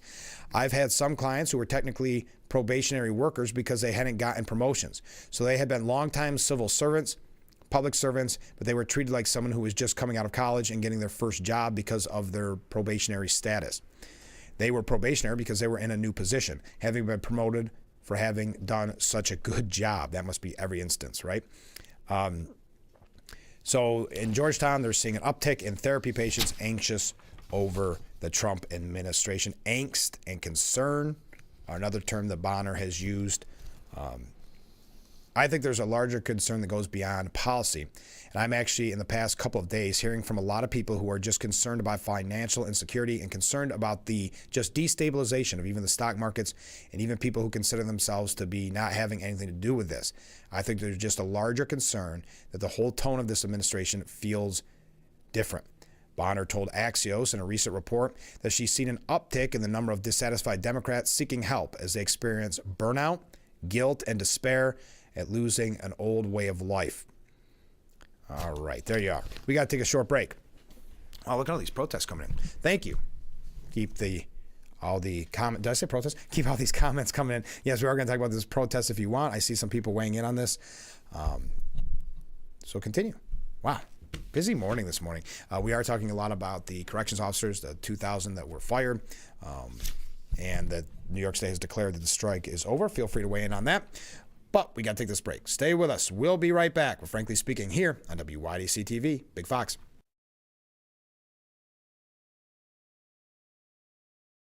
Have you been unable to work for over a year due to a mental or physical disability? Were you recently denied Social Security disability benefits? Great news. You may be eligible for money, back pay, relief. If you've been pre-qualified and diagnosed with a recognized condition that prohibits you from working, our lawyers can file a claim to get your disability benefit. Call us today and find out more.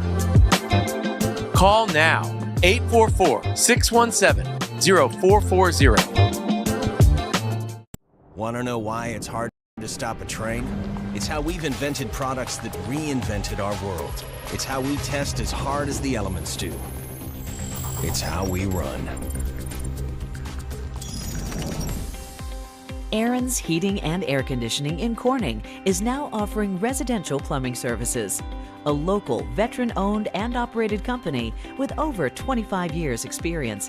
You can trust the experts at Aaron's Heating and Air Conditioning.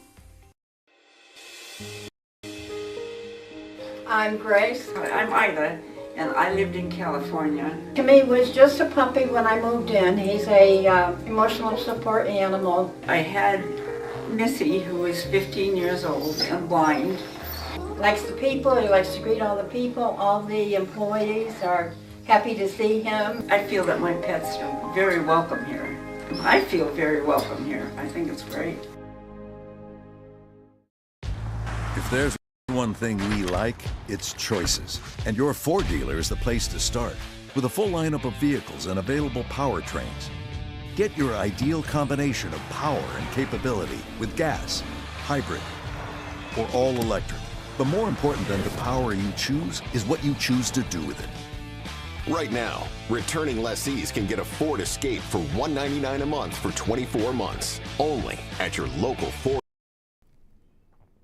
The Frankly Speaking Roof Cam brought to you by Boss Security in Horseheads. Contact them today for all your business and home security needs. Welcome back as we broadcast live from the Hesselson studio here on Market Street in Corning. Let's go to some viewer comments.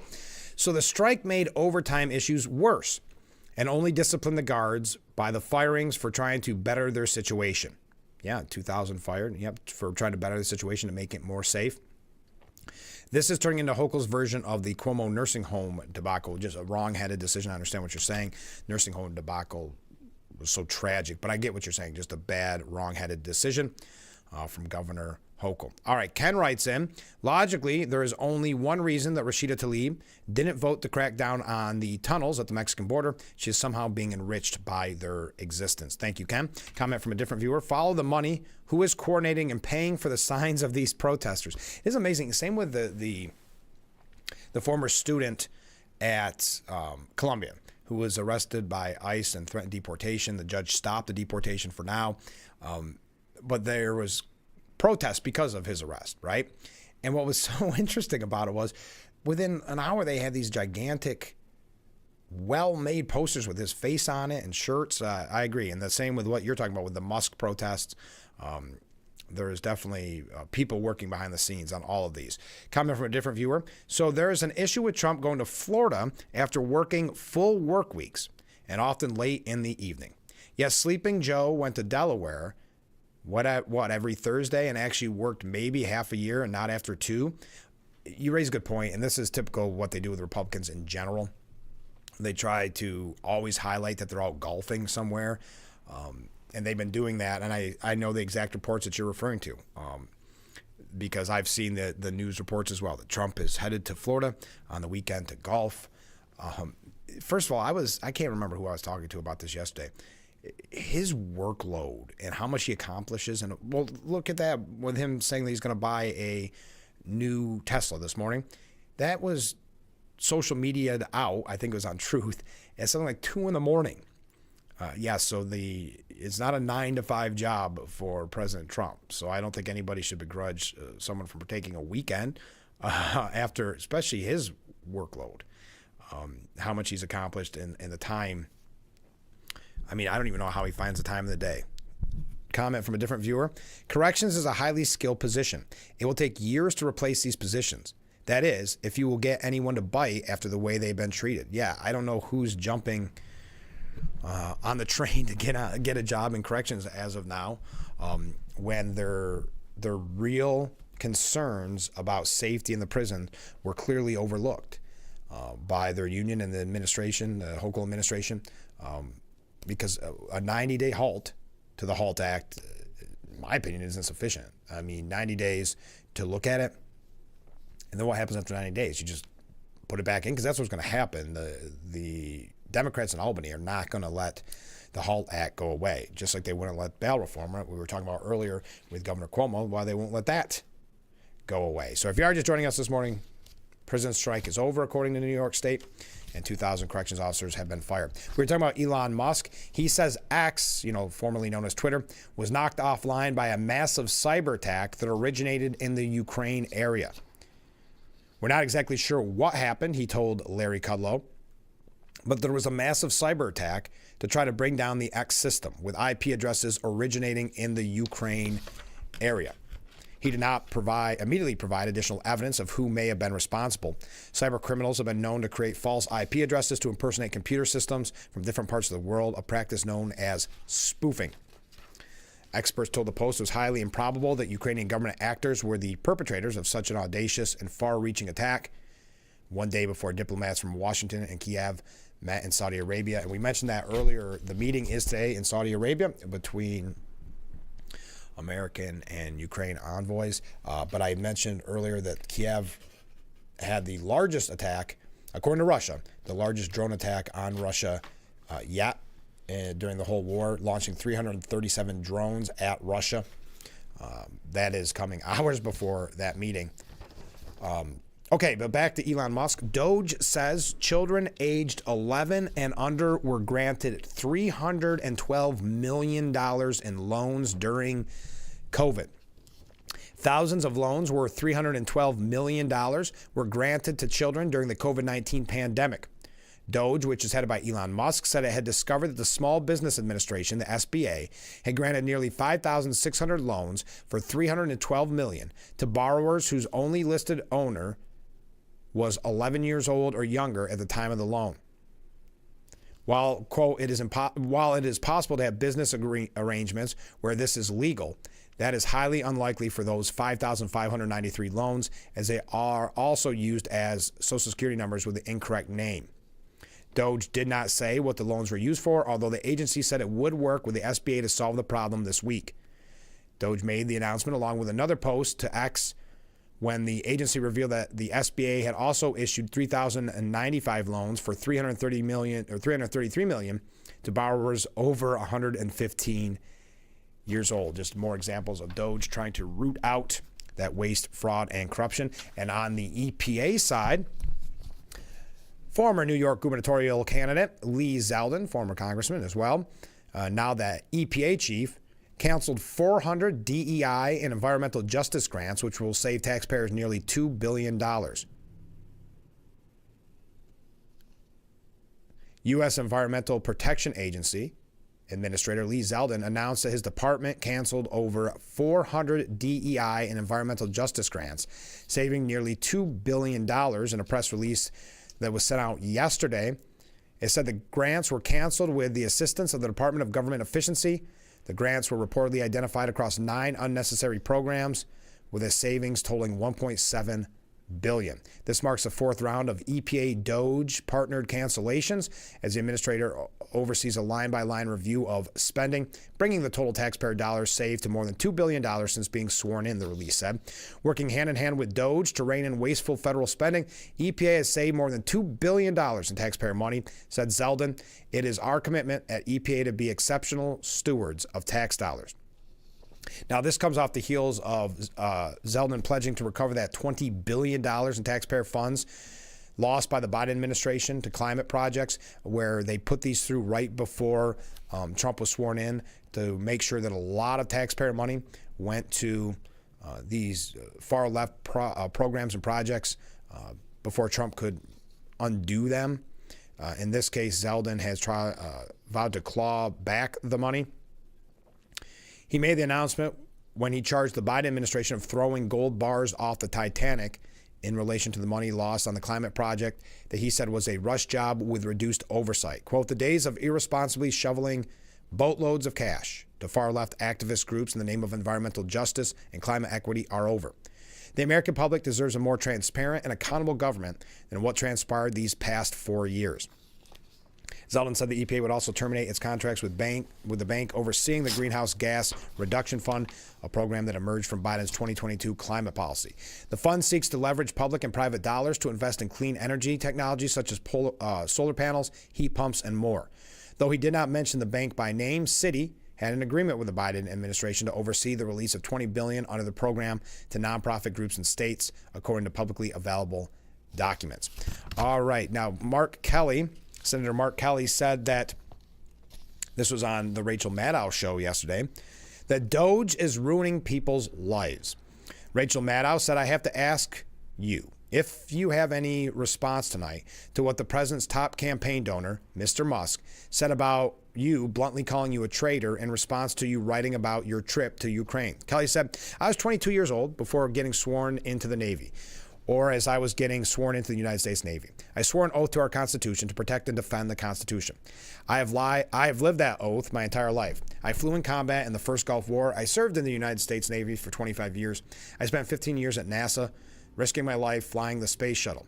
And the only oath I can think of that maybe Elon was sworn in on an oath to his own checking account, to his own pocketbook, an oath maybe to ruining the lives of veterans.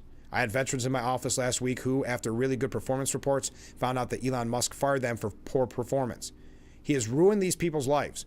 They were serving our country again in very valuable roles, and they did not deserve to get fired by an email from an unelected billionaire. So I think Elon needs to, go back to making rockets. That's what he should focus on.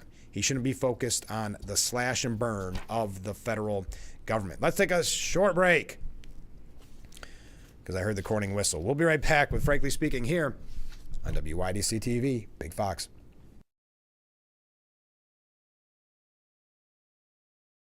Ever feel like a spectator in your own life with chronic migraine? 15 or more headache days a month, each lasting 4 hours or more. Botox prevents headaches in adults with chronic migraine. In a survey, 91% of users wish they'd started sooner. So why wait? Talk to your doctor. Botox effects may spread hours to weeks after injection, causing serious symptoms. Alert your doctor right away, as trouble swallowing, speaking, breathing, eye problems, or muscle weakness can be signs of a life-threatening condition. Those with these conditions before injection are at highest risk. Side effects may include allergic reactions like rash, breathing problems, dizziness, neck and injection site pain, and headache. Don't receive Botox if there's a skin infection. Tell your doctor your medical history, muscle or nerve conditions like ALS, myasthenia gravis, or Lambert-Eaton syndrome, and medicines like botulinum toxins, which may increase the risk of serious side effects. Chronic migraine may still keep you from being there. Ask your doctor about Botox today. Learn how AbbVie can help you save. Let's beat the dark days of winter and have a vacation from taxation with the Hustlesense Hot Tub. What better way to start or end every day than with hot water therapy and your very own Hustlesense Hot Tub? With every spot purchase, Hustlesense guarantees great customer satisfaction and the best service team in the area. Plus, with Hustlesense Vacation from Taxation sales event, free steps, free cover lifter, free music, and 0% interest-free financing. Ask about Hustlesense Chemical Auto Ship program and save even more. Stop in today and see why after 70 years it's still fun to poke in the corners at Hustlesense. The Frankly Speaking Roof Cam brought to you by Boss Security in Horseheads. Contact them today for all your business and home security needs. Welcome back as we broadcast live from the Hesselson studio here on Market Street in Corning. Let's go to some viewer comments. Both kind of are on the same page. The firing and not giving in to the corrections officers was the plan right from the beginning, because now they know nobody else will apply and go through the training to take a job. They know that what the ends will be. Therefore, now they can say that they have to close more prisons because they don't have enough people to work them. Remember, they play long term. The end result's going to be exactly what they wanted. Thank you very much. Ken writes similar. He says, I think you're missing the point on the firings of 2,000 guards and not having enough guards to man the prisons. Hochul's managers have said that they want to close 5 more prisons in New York. Now they have a reason to do just that. Problem solved. We have to remember that the only reason we have so many prisoners in New York is that we have so many prisons. Yes, that is the mindset of the Hochul administration. Thank you very much, Ken. Now, Director of National Intelligence Tulsi Gabbard announced yesterday that she has revoked the security clearances of former top Biden administration officials, as well as the 51 former intelligence officials who signed the letter calling the Hunter Biden laptop Russian disinformation.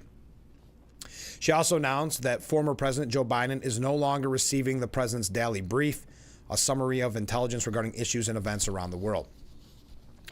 Per her post, I have revoked security clearances and barred access to classified information for Antony Blinken, Jake Sullivan, Lisa Monaco, Mark Zaid, Norman Eisen, Letitia James, Alvin Bragg, and Andrew Wiseman, along with the 51 signers of the Hunter Biden disinformation letter.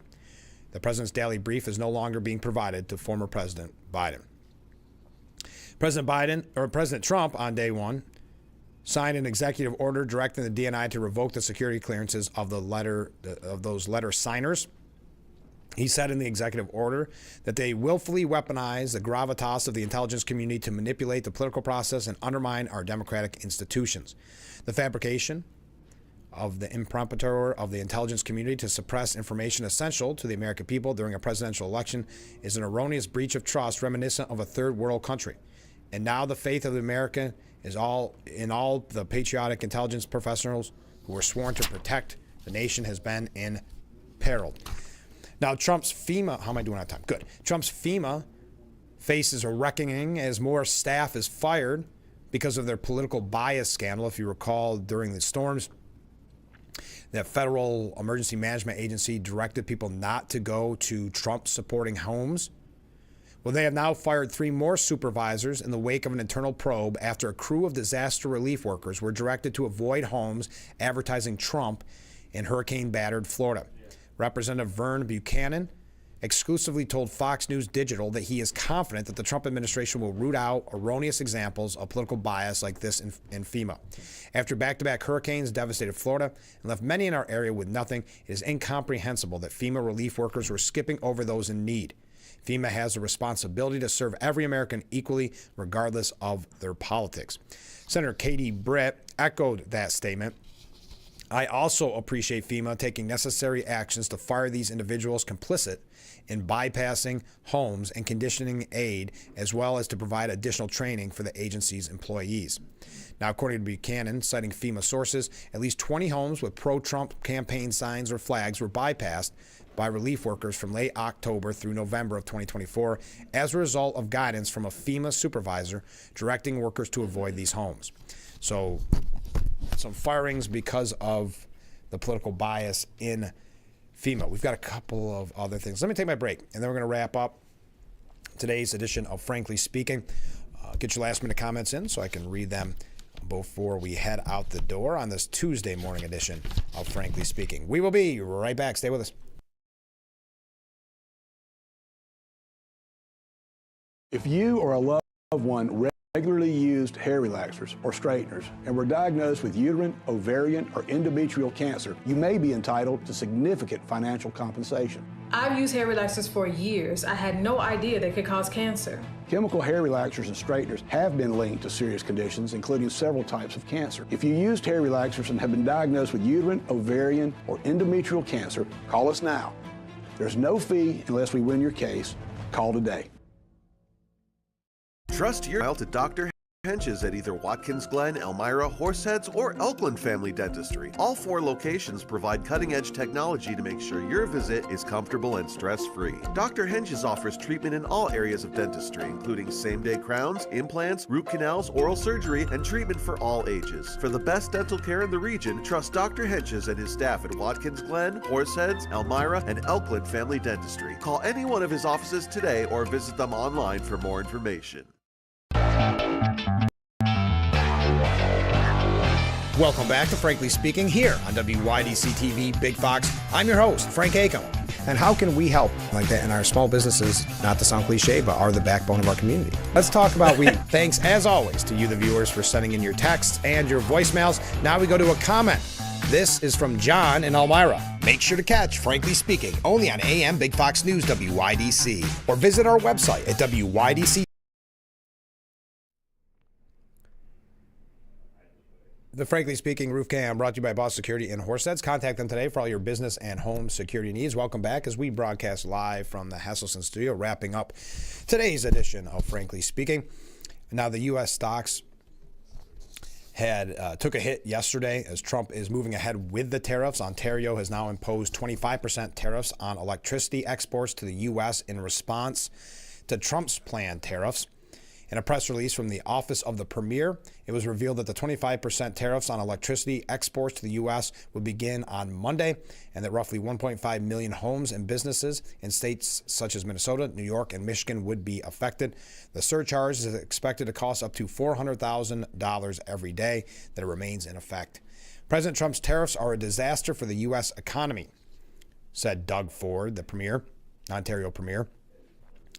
They're making life more expensive for American families and businesses. Until the threat of tariffs is gone for good, Ontario won't back down. We'll stand strong, use every tool in our toolkit, and do whatever it takes to protect businesses.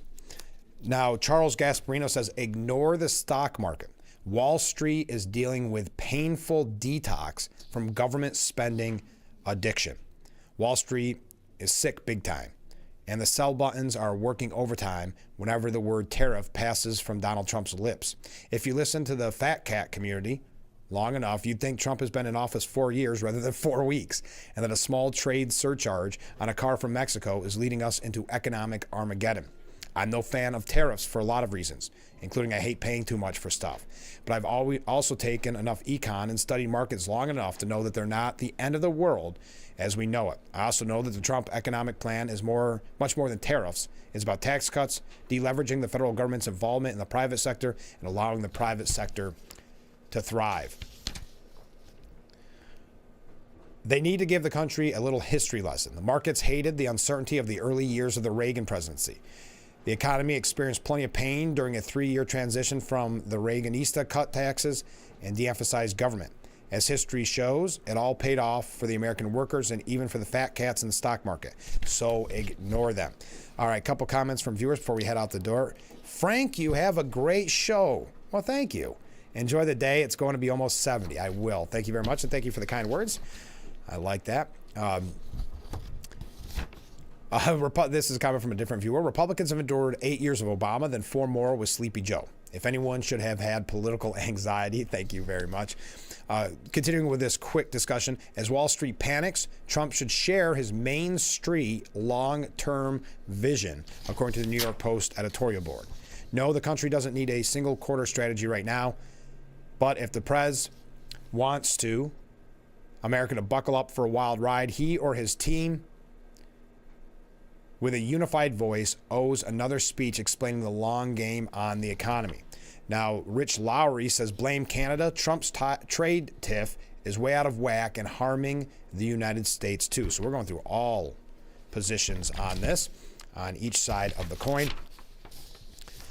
Now we know, well, I'm not going to talk much about Rich Lowry, but John F. Kennedy said of Canada, geography has made us neighbors, history has made us friends, economics has made us partners, and necessity has made us allies. Those whom nature hath so joined together, let no man put asunder. The man in the Oval Office, unfortunately, has a different idea. He put together, the Trump communications team, the Office of Communications, put together, it's 11 pages, 50 wins in 50 days. Thanks to the president. We don't have time to get to all of them. And that they claim that Hollywood is pivoting to programming more in line for Trump's America. I don't necessarily agree with this, but they're not, they're taking fewer shots at the president through comedy and through these sitcoms. And with shows like Shifting Gears and Duck Dynasty are resonating with more of the Trump supporters, so they're going in that direction. All right, we are out of time for today's edition of Frankly Speaking. If you see that number on the bottom of the screen, if you'd like to weigh in on the 2,000 corrections officers that were fired by the governor, we'd love to hear your thoughts on it throughout the day. If you are a corrections officer, if you know one, we'll read those comments or any of your comments on tomorrow's program to kick off the show. As that one viewer said, have a great day. It's supposed to be up to 70, so enjoy it. And we'll be back tomorrow morning with Frankly Speaking at 6 o'clock, only on WYDC TV Big Fox. I look forward to it already. Have a great day.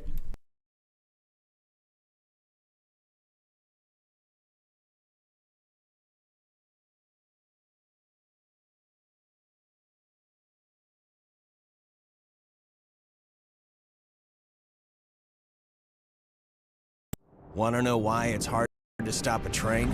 It's how we've invented products that reinvented our world. It's how we test as hard as the elements do. It's how we run. Aaron's Heating and Air Conditioning in Corning is now offering residential plumbing services.